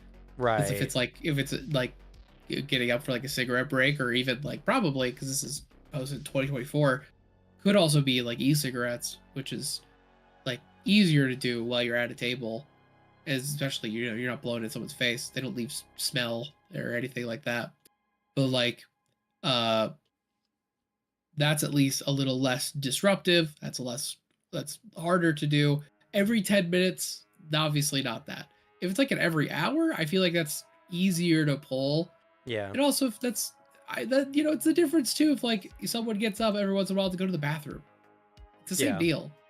So like, I don't know. If to that same point, it's like that's like if someone's getting up because they have a small bladder. It's like, well, yeah, you're gonna punish that guy too. It's like he gets up every hour and a half to go piss because he keeps chugging Mountain Dew. Like, what are you gonna do? I have a small bladder. Yeah. I'm running the games usually though. Yeah, you gonna kick Cam out? Right. If the entire group is doing it, it might be closer to 10 minutes, but yeah, that's ridiculous. Yeah, I mean, again, this is just a expectation thing. Obviously, they're not willing to set the time aside, or at the very least, they're incapable of doing so if we're talking about addiction, in which case, it's kind of shitty, but it's kind of just a reality of the situation where it's just like, I respect that you're going through addiction with cigarettes, and I don't want to play tabletop with you because of that, because it's very disruptive for our game, and I'm just not having fun, and there's no point. So, you know, sometimes it's just a bad situation for everyone. Exactly. But also, there are also methods as an adult who does get up to do smoke breaks. And a lot of times I've seen this done right, whereas person like that does it in a way where it's the least amount of disruptive to like the situation and to people around them, to where it is perfectly compatible, because they found methods where it is like easy to go do and they don't bother anybody, and they find great moments to go do it because it's something they've done a lot, and so it is not that big of a problem. So there's like the balance of it. But then obviously there's the couple of people who have zero social awareness, and they're like, I believe it. And they're like, we're mid combat. It's about to be your turn, dog. Right. It's like that part is like, okay. This one kind of mixed, but again, if it's like, again, if it's not an addiction thing, they're just going to go rip a bong because they just have to be high, then yeah. Communicate. Yeah. Done. 17. This was fun. Guidance, divination spells, owls, and whatever spells I decide are too fucking stupid are banned outright. No more fucking guidance. Owls? Calm down, bud. It's not that bad. I'm thinking owls because of flyby. Because flyby it prevents attack of opportunity. So if you have that thing where you can transmit a spell, aid. Is that a thing? Yeah, I can see that. For the help action? Is aid like a held action your familiar can do? Your familiars can do the help action for a lot of things. Oh, okay. I see. Then yeah. This guy hates help. I see. Yeah. This guy hates advantage. Period. Get good. There are ways to work around this. Like they're not broken. I'm sorry, man. Like also guidance, adding a D4 to skill checks isn't that fucking deep, my man. I mean, okay. Well, no, it is, because that's a huge statistical advantage. I will say that's a D&D problem. So, it is a D&D problem. Make your skill checks a little higher, I guess. I don't know. I don't know. This is very hard to say because this runs into a fundamental issue with because guidance is annoying. Can I do guidance? Can I do guidance? Can I do guidance question literally all the time.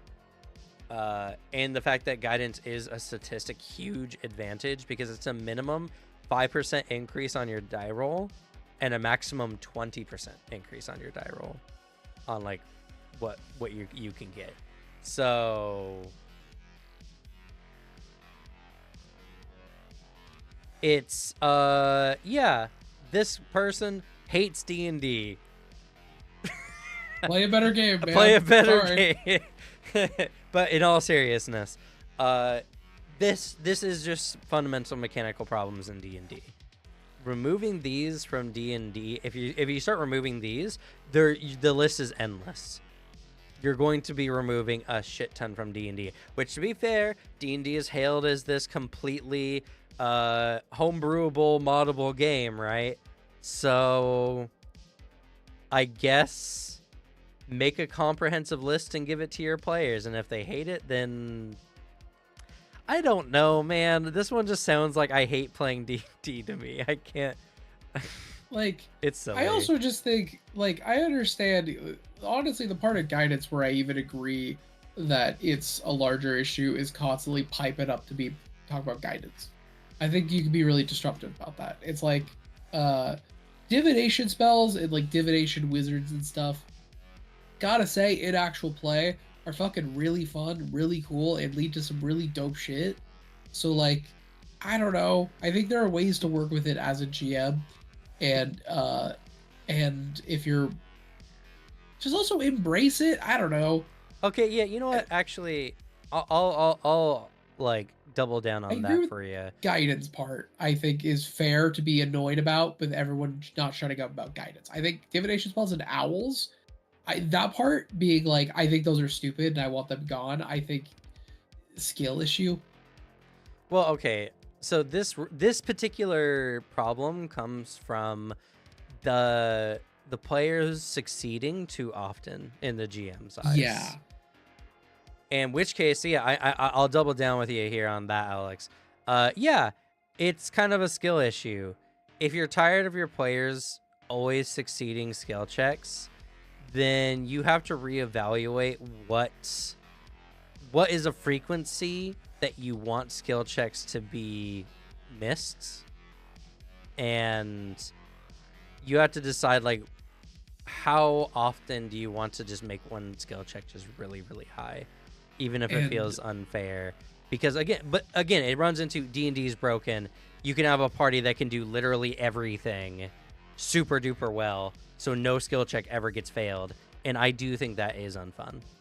yeah, I also think that there's a way of naturally limiting it, which is something I started doing. And I think that a lot of GMs need to start thinking about is I see this a lot in a lot of more at a lot of D&D tables is specifically overuse of skill checks, which then, makes guidance and stuff like that pop up fucking constantly. And it's the idea of like skill checks. Why are you throwing skill checks at your players that you don't want them to, like, I guess, fail at, like, or succeed at? Like, for basic actions, you're like, all right, I'm gonna go do this basic thing. I want to run and jump up this like building. And you're like, all right, this character's stupidly good at acrobatics. This is like a non-thing. There's no threatening situation. I can just say they do this because, like, what's gonna happen if they fail? They do it slowly and embarrassingly. There's no reason to provoke a skill check there. I think there's moments where you can make a skill check happen and have the skill check be a reasonable thing to occur in a scene. And because there's a reason why a failure would cause a story to fail in a different way, alter the scene, much like a success would alter the scene. It's failing upwards and all that. And also just failing and like pivoting where they have to go and what they have to do. So, just limiting how many skill checks you throw. Because I think I see a lot of amateur GMs and new GMs kind of making every basic action a skill check. It's where you see the meme of like, all right, I take a step out the door, make an acrobatics check. I step with my left foot, make another acrobatics check. Right. I mean, kind of, yeah, but again, the problem this person is having isn't really necessarily an over amount of skill checks. It's they can't possibly give their players a skill check at all that they can fail because they have too many dumb ways to succeed. So they do. They probably just have a divination wizard. Probably. And I do think it's probably they just have succeeded too many times, therefore those things are stupid. And it's less, I think it's this person's problem. I'm more throwing it in the void of like, I think this is a solution to a lot of issues if you really consider what is skill check worthy for GMs that are out there, maybe working on a game or running a game, and maybe are newer to it. Yeah, don't design your game like D&D where your players can succeed every single check. Because otherwise, like, again, it's not a frequency thing. That's not the problem here. The GM is unable to throw a challenge that the players can't succeed due to these abilities. So what's the point of having any skill checks in the system, right? Then the players can do literally anything they want to do. Sometimes the answer is just no. You're just like, I do this thing. No. What about I right, but then that's not the a answer's still no. challenge. That's building barriers. Yeah. Again, that's not answering the problem. So it's literally just you're running into the problem that D&D faces, where players can't make characters who can't fail. Yeah, it's just annoying part of the design. So I understand where this one's coming from. This is a system issue more than it is a game issue. So, or I think a so. player issue.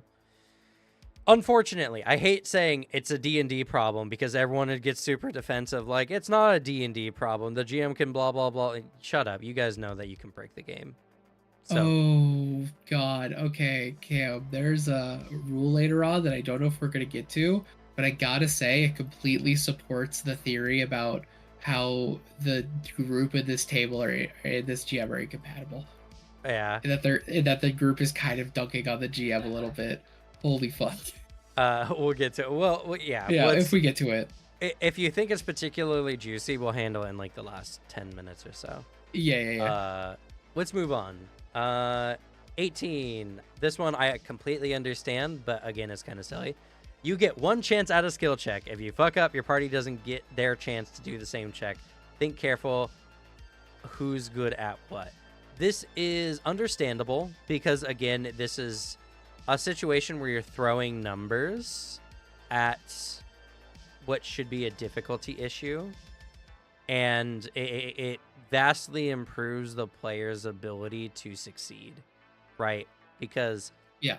there's a lot of situations where I'm like, all right, you guys might not know about this, but go ahead and make a recall knowledge on this, and everyone rolls.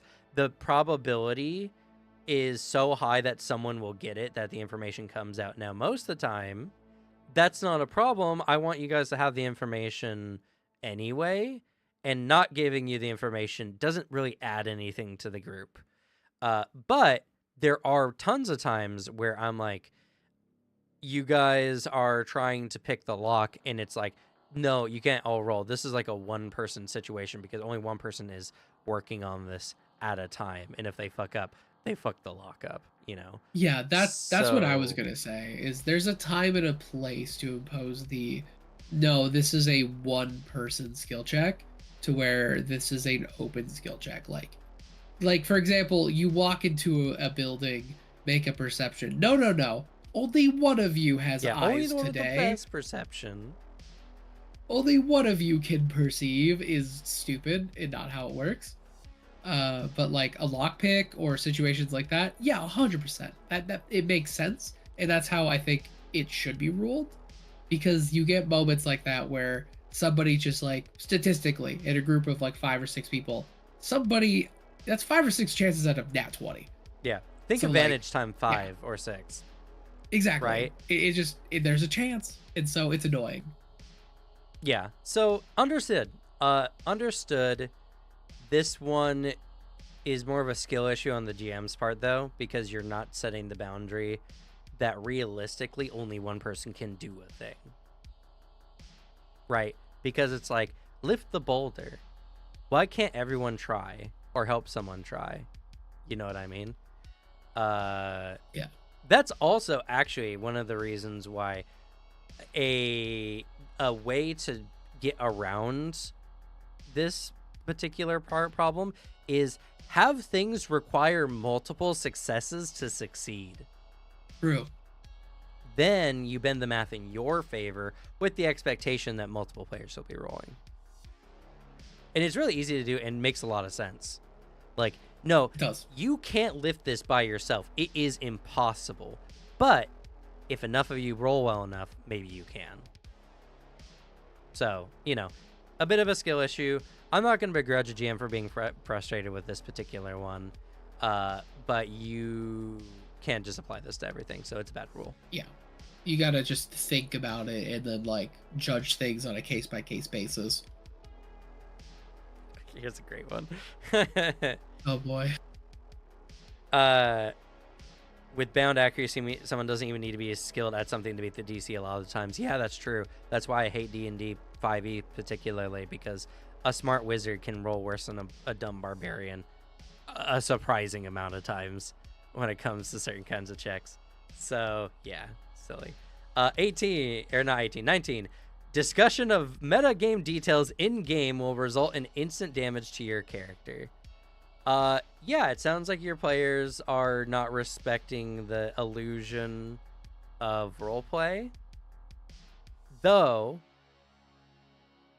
damaging their characters is not going to help you in any situation. It's just going to make them think you're a dick.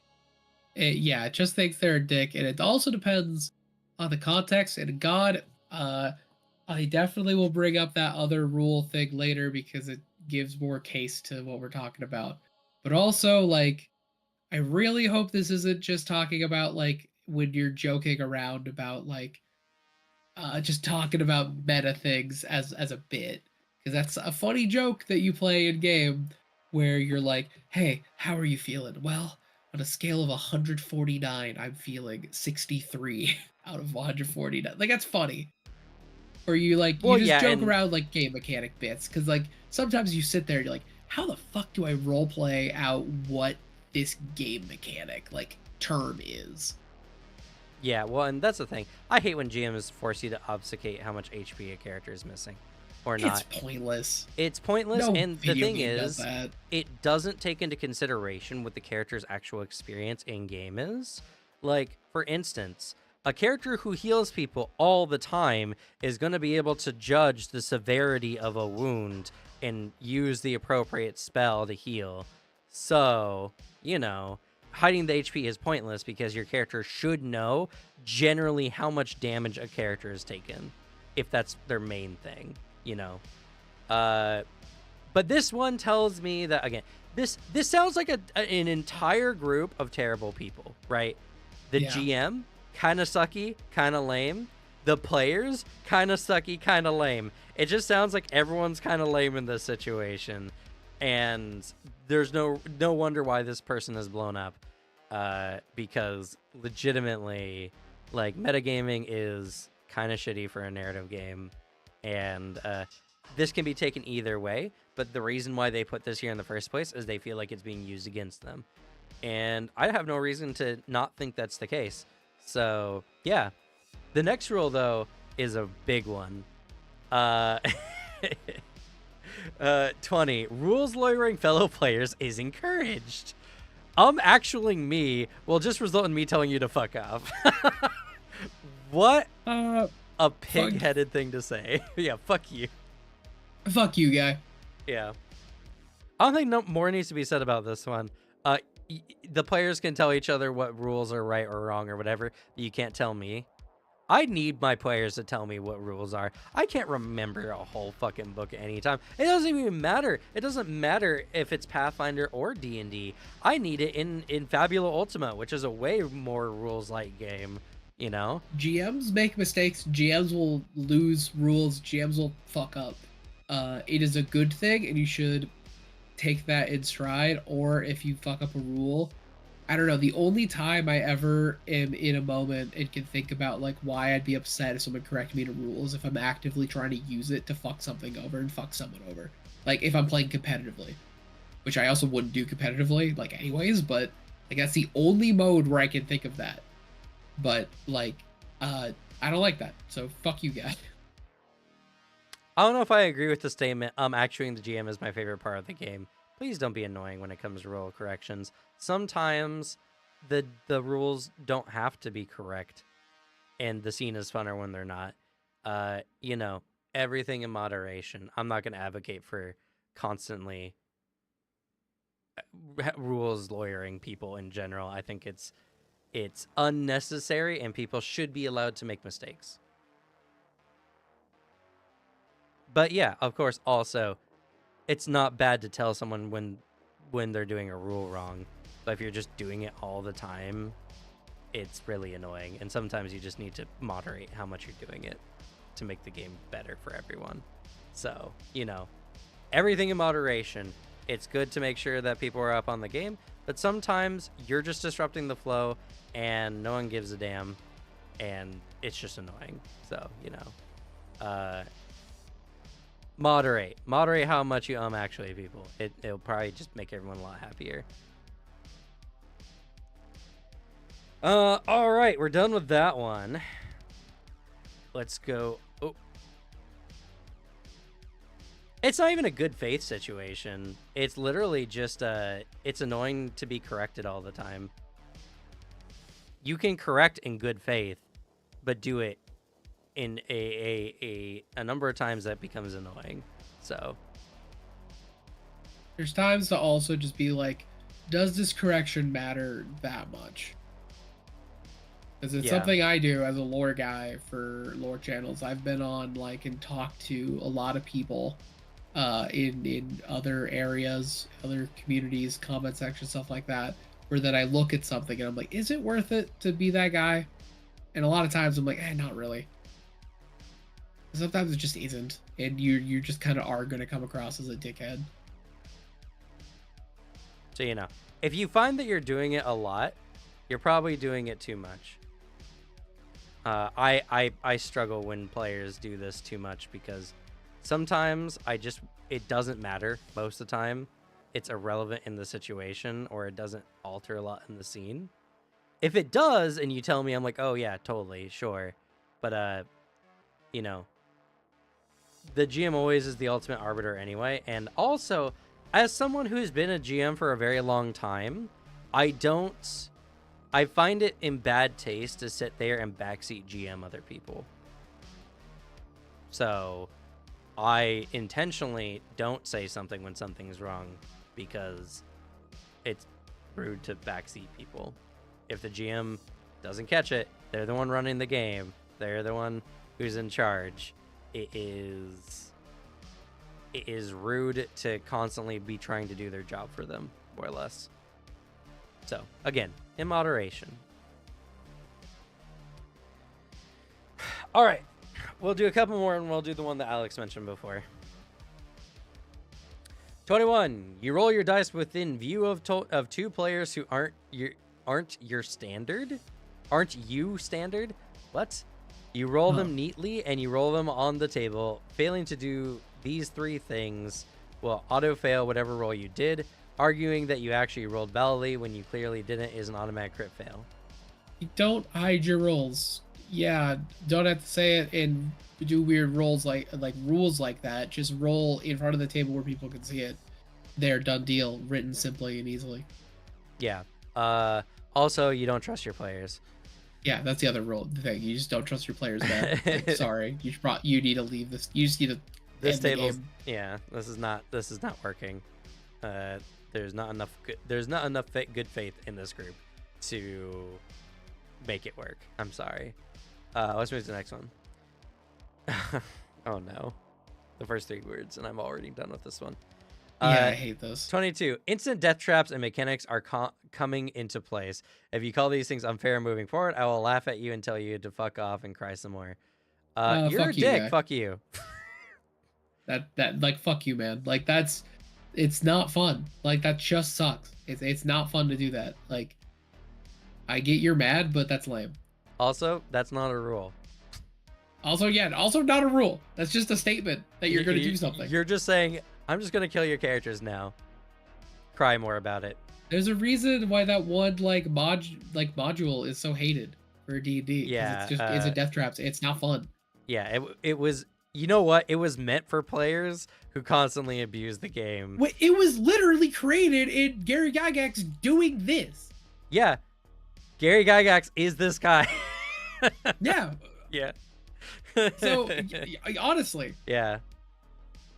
Yeah. We don't even have to talk about that one more. That's obviously dumb. 23. I will not give you random magical items, and vendors will not stock them. They are meant to be rare and hard to acquire. Yeah. Fair. The player shouldn't tell you what items should be in your game, but it is important that there's a communication made when they feel like you're not giving them enough magic items to work with. I've run a game where I was not giving a lot of magic items. To be fair, it was in a system where there's not really magic items. There's like everything is an artifact, more or less. In fact, the advantage to take it was called artifact. So yeah, you have to go to very, very specific people to go get any, and you have to, in the first case, know they exist. Yeah. So like, yeah. Understandable, but also, if they're asking for them, maybe you're not giving them out enough. But again, it's probably a bunch of power gamers, and they just want good loot.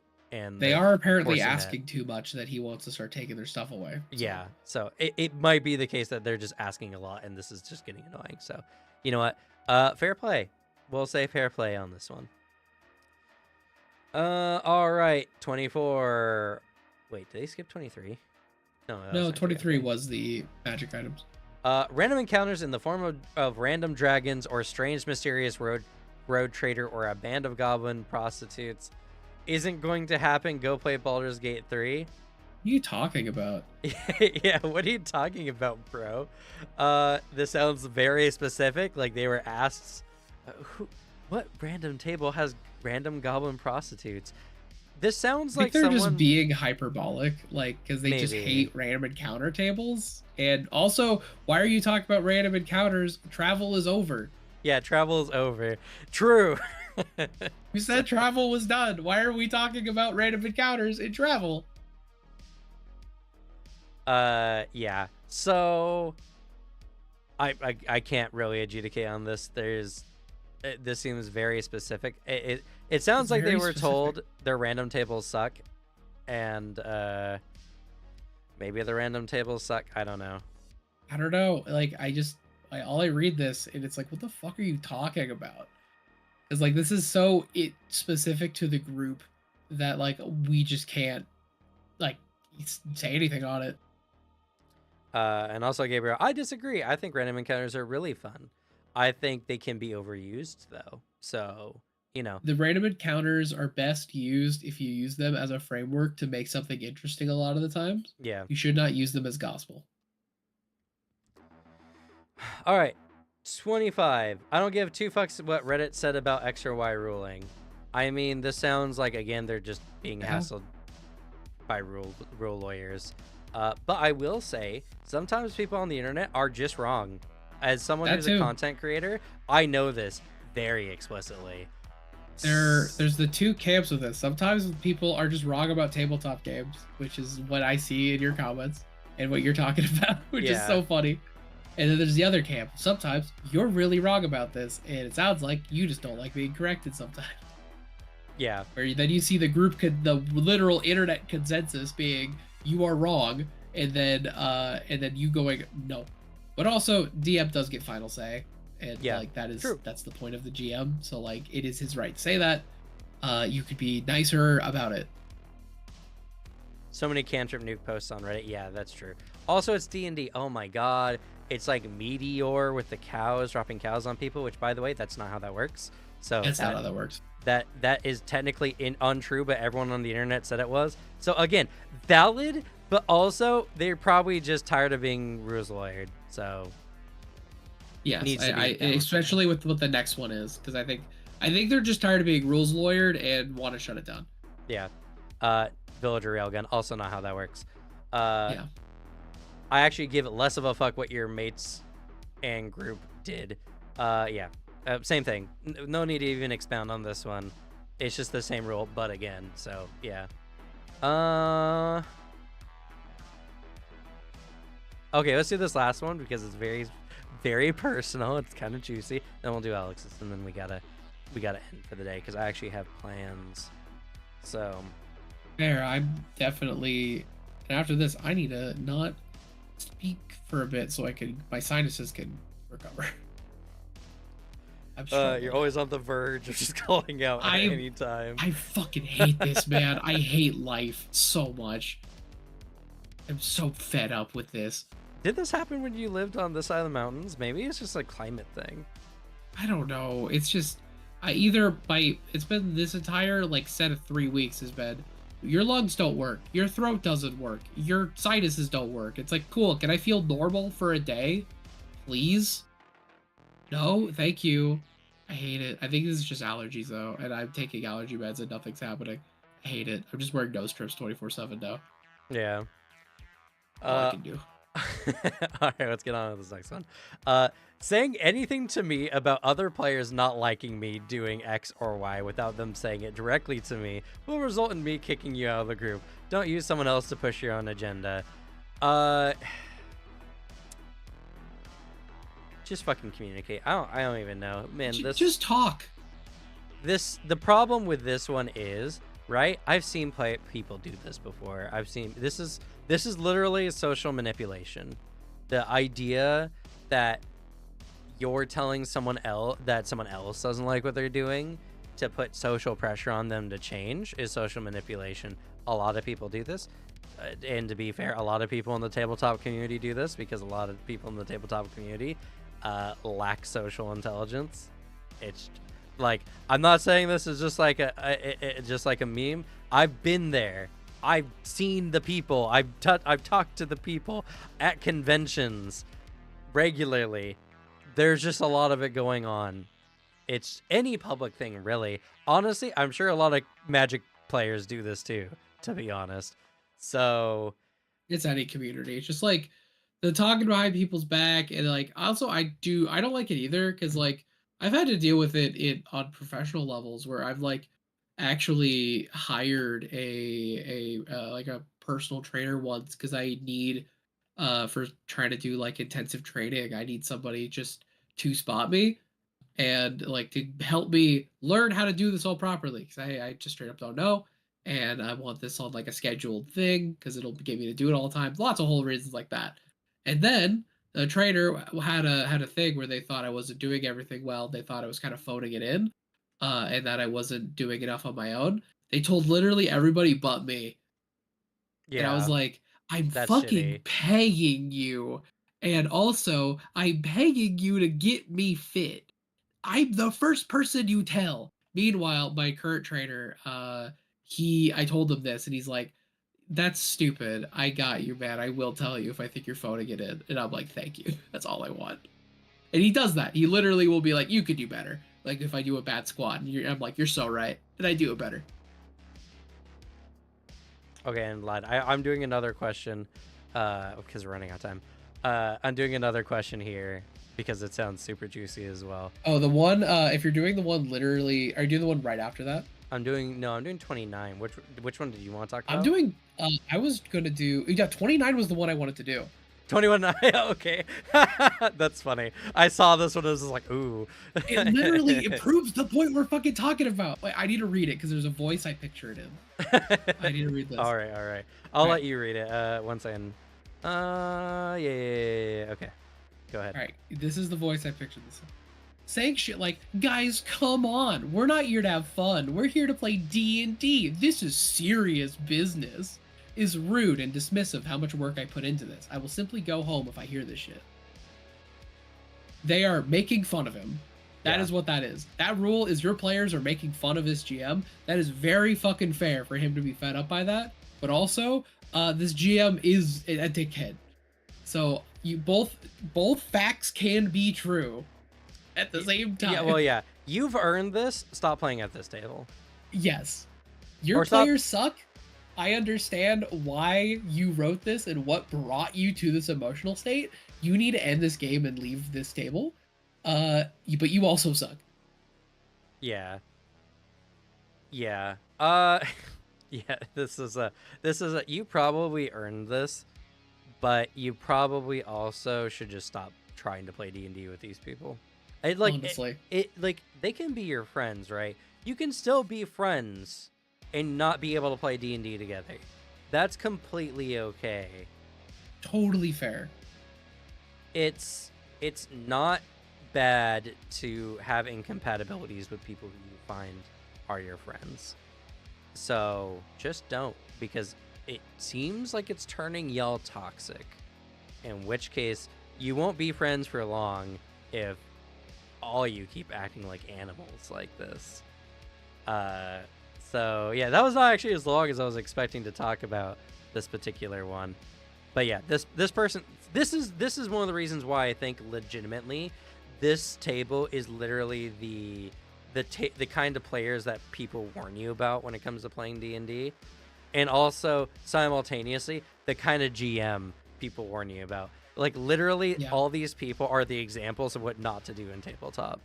Exactly. The like this table, because like if I go further down, like not even reading what they're doing, the table is also doing things like they're eating stuff, like they're ordering food and eating stuff at the table, and he doesn't like it that it's getting really close to like the stuff he buys. They're not bringing like their stuff to their like probably his place or like somebody's place or even like the game store. um Stuff like they're probably, it seems like some of them are cheating with spell lists or like forgetting quote unquote to like mark off spells and resources.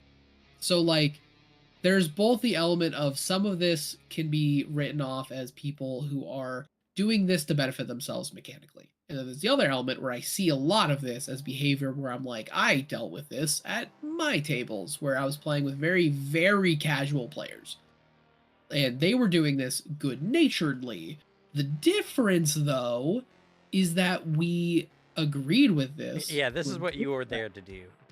Exactly. That was the intended thing, is we weren't taking the game seriously. We were fucking around as friends. We were improv, like comedy was the vibe. We were joking and having fun. And that was the intended point. And so it's two very different types of player groups shoved together. And that's not good. Because Yeah. like the whole thing with that bit, the reason I wanted to bring up 29 is because I can literally see my group of friends saying that to me if I tried to hit them with the, like, let's take this seriously. Like running that bit in that table. Right. And granted, we'd run that as a good-hearted bit in our friend group. That's what we would be doing. Because we're all good friends that respect each other. But like for this, no, that was a targeted bit that they were making fun of this guy. So Yeah. like that's the difference. I think this is just fundamentally incompatible people, that this game should not have been a thing. Or at the very least, it should not have continued to be a thing after so long. Yeah, once it was communicated that, hey, I don't like a lot of this behavior, and it didn't stop, it's like, okay, I think it's just not going to work, to be honest. I'm not having fun running this. Like, if maybe another one of the players wanted to run things, and maybe it would have been more fun. Who knows? Because, like, and I think this is what this all boils down to, is, like, I've seen people who are legitimately sweaty neckbeards who also don't give a shit and just do whatever they want. Like, I've seen people who are legitimately come to the game, break the shit out of the games and rules because they can, because they're smart typically, and also be there ripping a bong and getting high as fuck because they can't take it seriously, because it's like, the game is my oyster, I can do whatever I want. Like, someone can come, break this, be really good at breaking a game, and also have so little interest in actually participating in the game. There's a lot that can be wrong. This situation is hard to define. All I see is a GM who really, really wants to play good tabletop and ran into lots of problems that made them incredibly jaded. And it's unfortunate that this is the outcome for them, because obviously they enjoy the hobby. They have tons of gear, as it's shown here. They have a lot of respect for their own stuff. They really want to make a good story and tell a good game. And the lack of respect from the players soured that for them and made them incredibly toxic. Exactly. And on the other hand of it, there's a bunch of players who got together with the belief that they were going to fuck around as friends and like goof off, drink, eat some food, like hang out for like 4 or 5 hours. And they got a guy who is being weirdly like super serious and annoying and like taking everything to a way too personal and serious level when they are just trying to all hang out and have fun. Where there's like the two sides of it. I think both sides are severely wronged each other and should have, and I hope they did this, communicate like adults first. And I really hope at the very, I just hope that, honestly, I kind of hope they didn't communicate, because the reality where both parties might have communicated stuff and then was ignored on both ends, kind of sucks, to be honest. I don't know. I don't like the idea that like they're, because then they probably just shouldn't be your friends. Because if you have friends that you say like, hey, when you do this thing, and I would like it if you're on time. I would like it if you stopped ripping bong rips at my table, and then they're like, nah, and keep doing it. That shouldn't be a friend of yours, because a good friend will respect your wishes and be like, oh shit, I'm sorry that made you feel that way. I will not do that because I don't want to hurt you and make you feel like that, because you're my friend and I care about you. Yeah. That's what a normal person will do.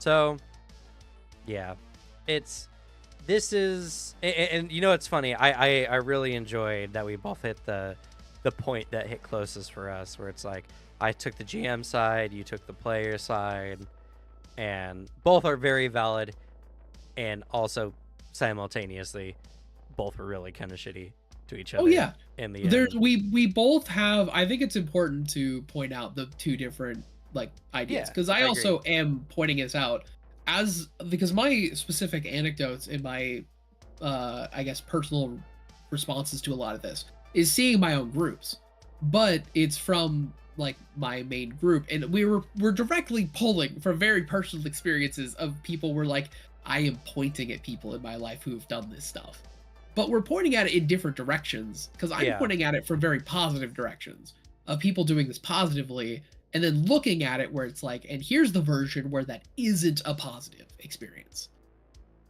and like then I can see how this could be a power gamer group because but then it's like I don't immediately jump to it because my friends who were playing it, they were too bad at the game to do that properly right. Yeah, I because mean, they forgot how to make attack rolls every week.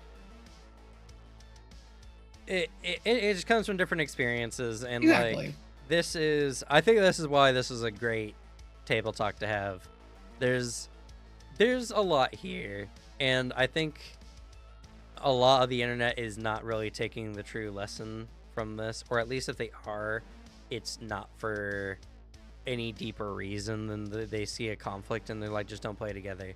It's like Yeah. sometimes it's not that easy. Sometimes they're your friends, and maybe it's like they had some good sessions and some bad sessions, and they really just want to have good sessions. Maybe it's just a particular individual who's coming and been disruptive. At Bad Luck Gamer, or at least on my side of Bad Luck Gamer, I always try to advocate for understanding and working together to try to solve problems. And in the situation where that is not a possibility, to try to break things as amicably as possible, so that you know you can respect each other throughout the process. Uh, Exactly.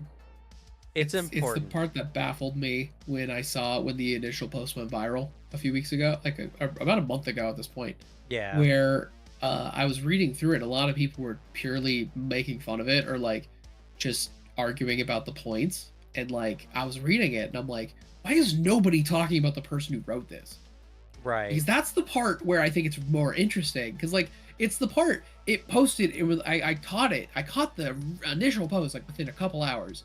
It's why I immediately fucking quote retweeted it and like I still follow through with what I said. Like May 25th when this went viral of like this is fascinating because it's some decent boundaries intermixed between insane bullshit and the writing of a man who is clearly snapped.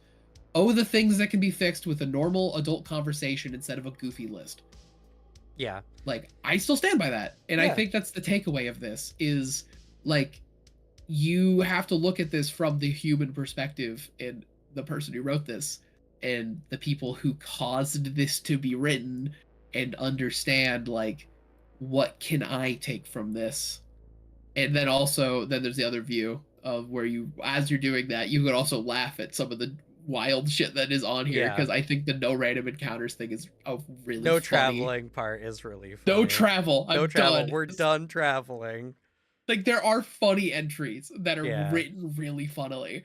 I mean, So there's ways of looking at it. I just think that through line should be kept. yeah. Well, it's important to have multiple perspectives on any piece, and I won't say it's a bad thing for people to come together to laugh at something. No, I will always be there. Peak hater shit. Right. Like if people can find enjoyment, sure, as long as they're not attacking this person directly.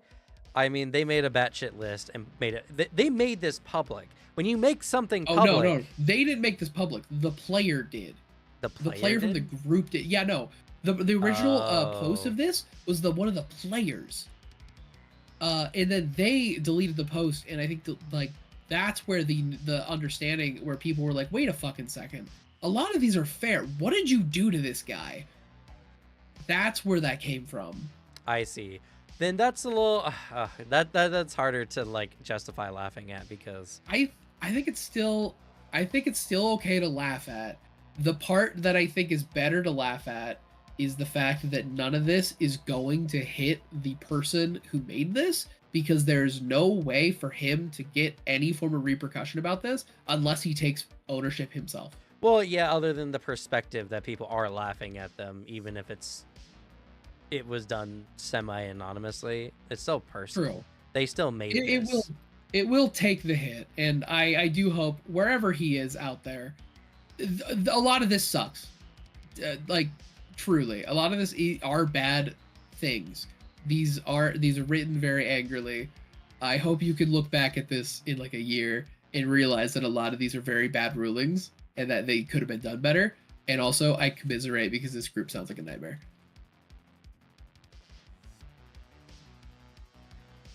Yeah, And it's it's a multiple things where, like, with this post, there's so many times where I have to look at this and be like, two facts can be true at the same time.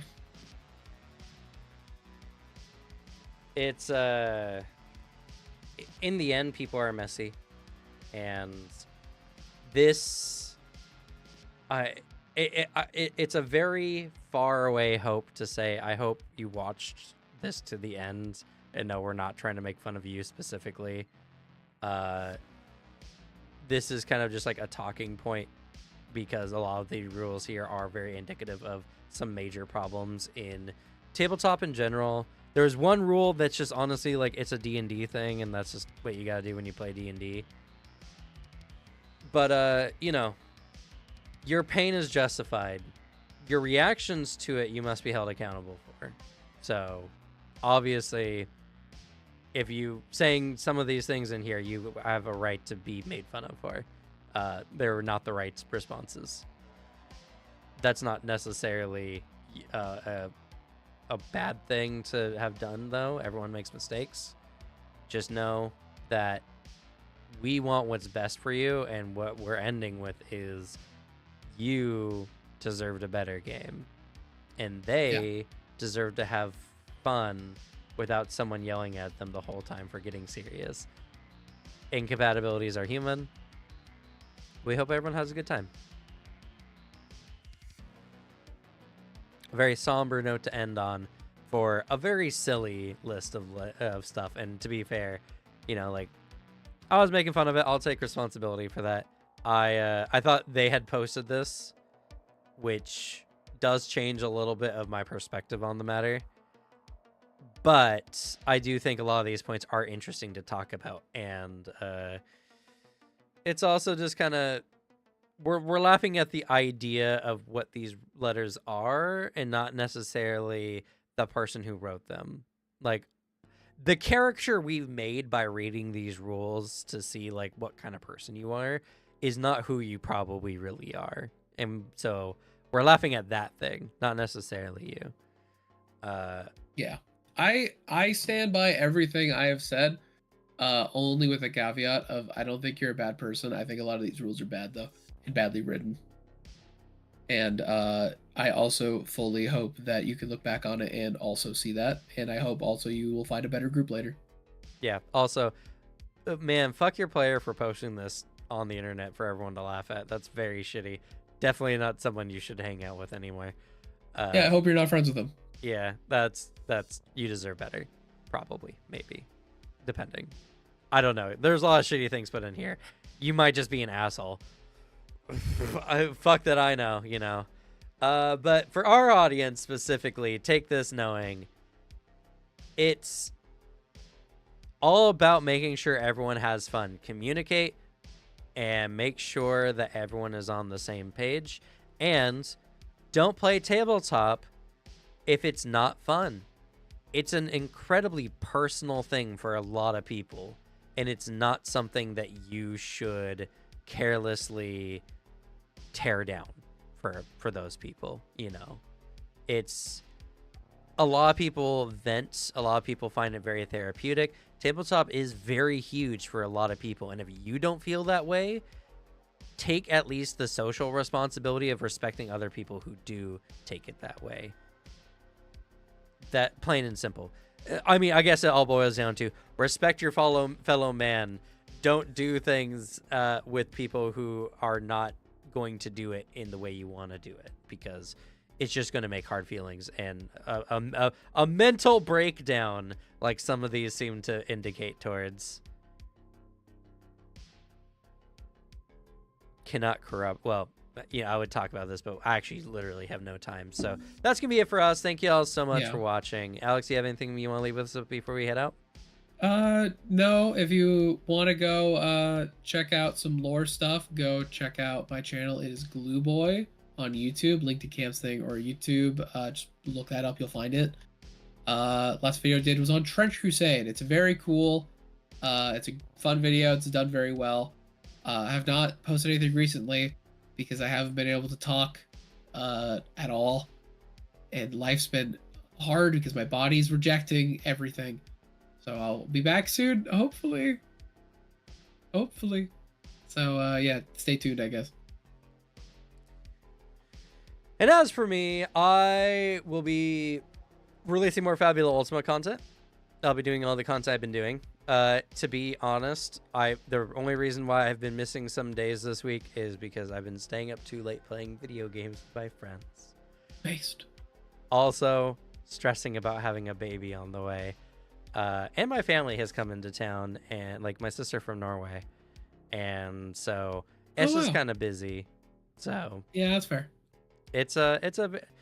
I've also had like a terrible eye twitch for like a week now. And I'm like, is this stress or do I need to see a doctor? It is probably stress and bad sleep. Maybe. Because I will say, as someone who gets that, I also get that when I'm stressed and I'm not sleeping well. That's from experience. I'm saying that. So yeah, it does suck though. My condolences for that symptom. It's so fucking annoying. But have faith. Know that that I will be specifically on the ball, because I have to, because my channel really depends on it, with Player Core 2. So when Player Core 2 comes out, which, by the way, I've already put in my request for it. They sent me an email, and I filled out all the things that I want to review for them. I will be posting everything as it comes out as quickly as I can while maintaining sanity, which will probably be a daily schedule. So you guys are going to be eating good next month. But with that, looking forward to it. Yeah, me too, actually. We're gonna say goodnight. Good night. Night, everyone.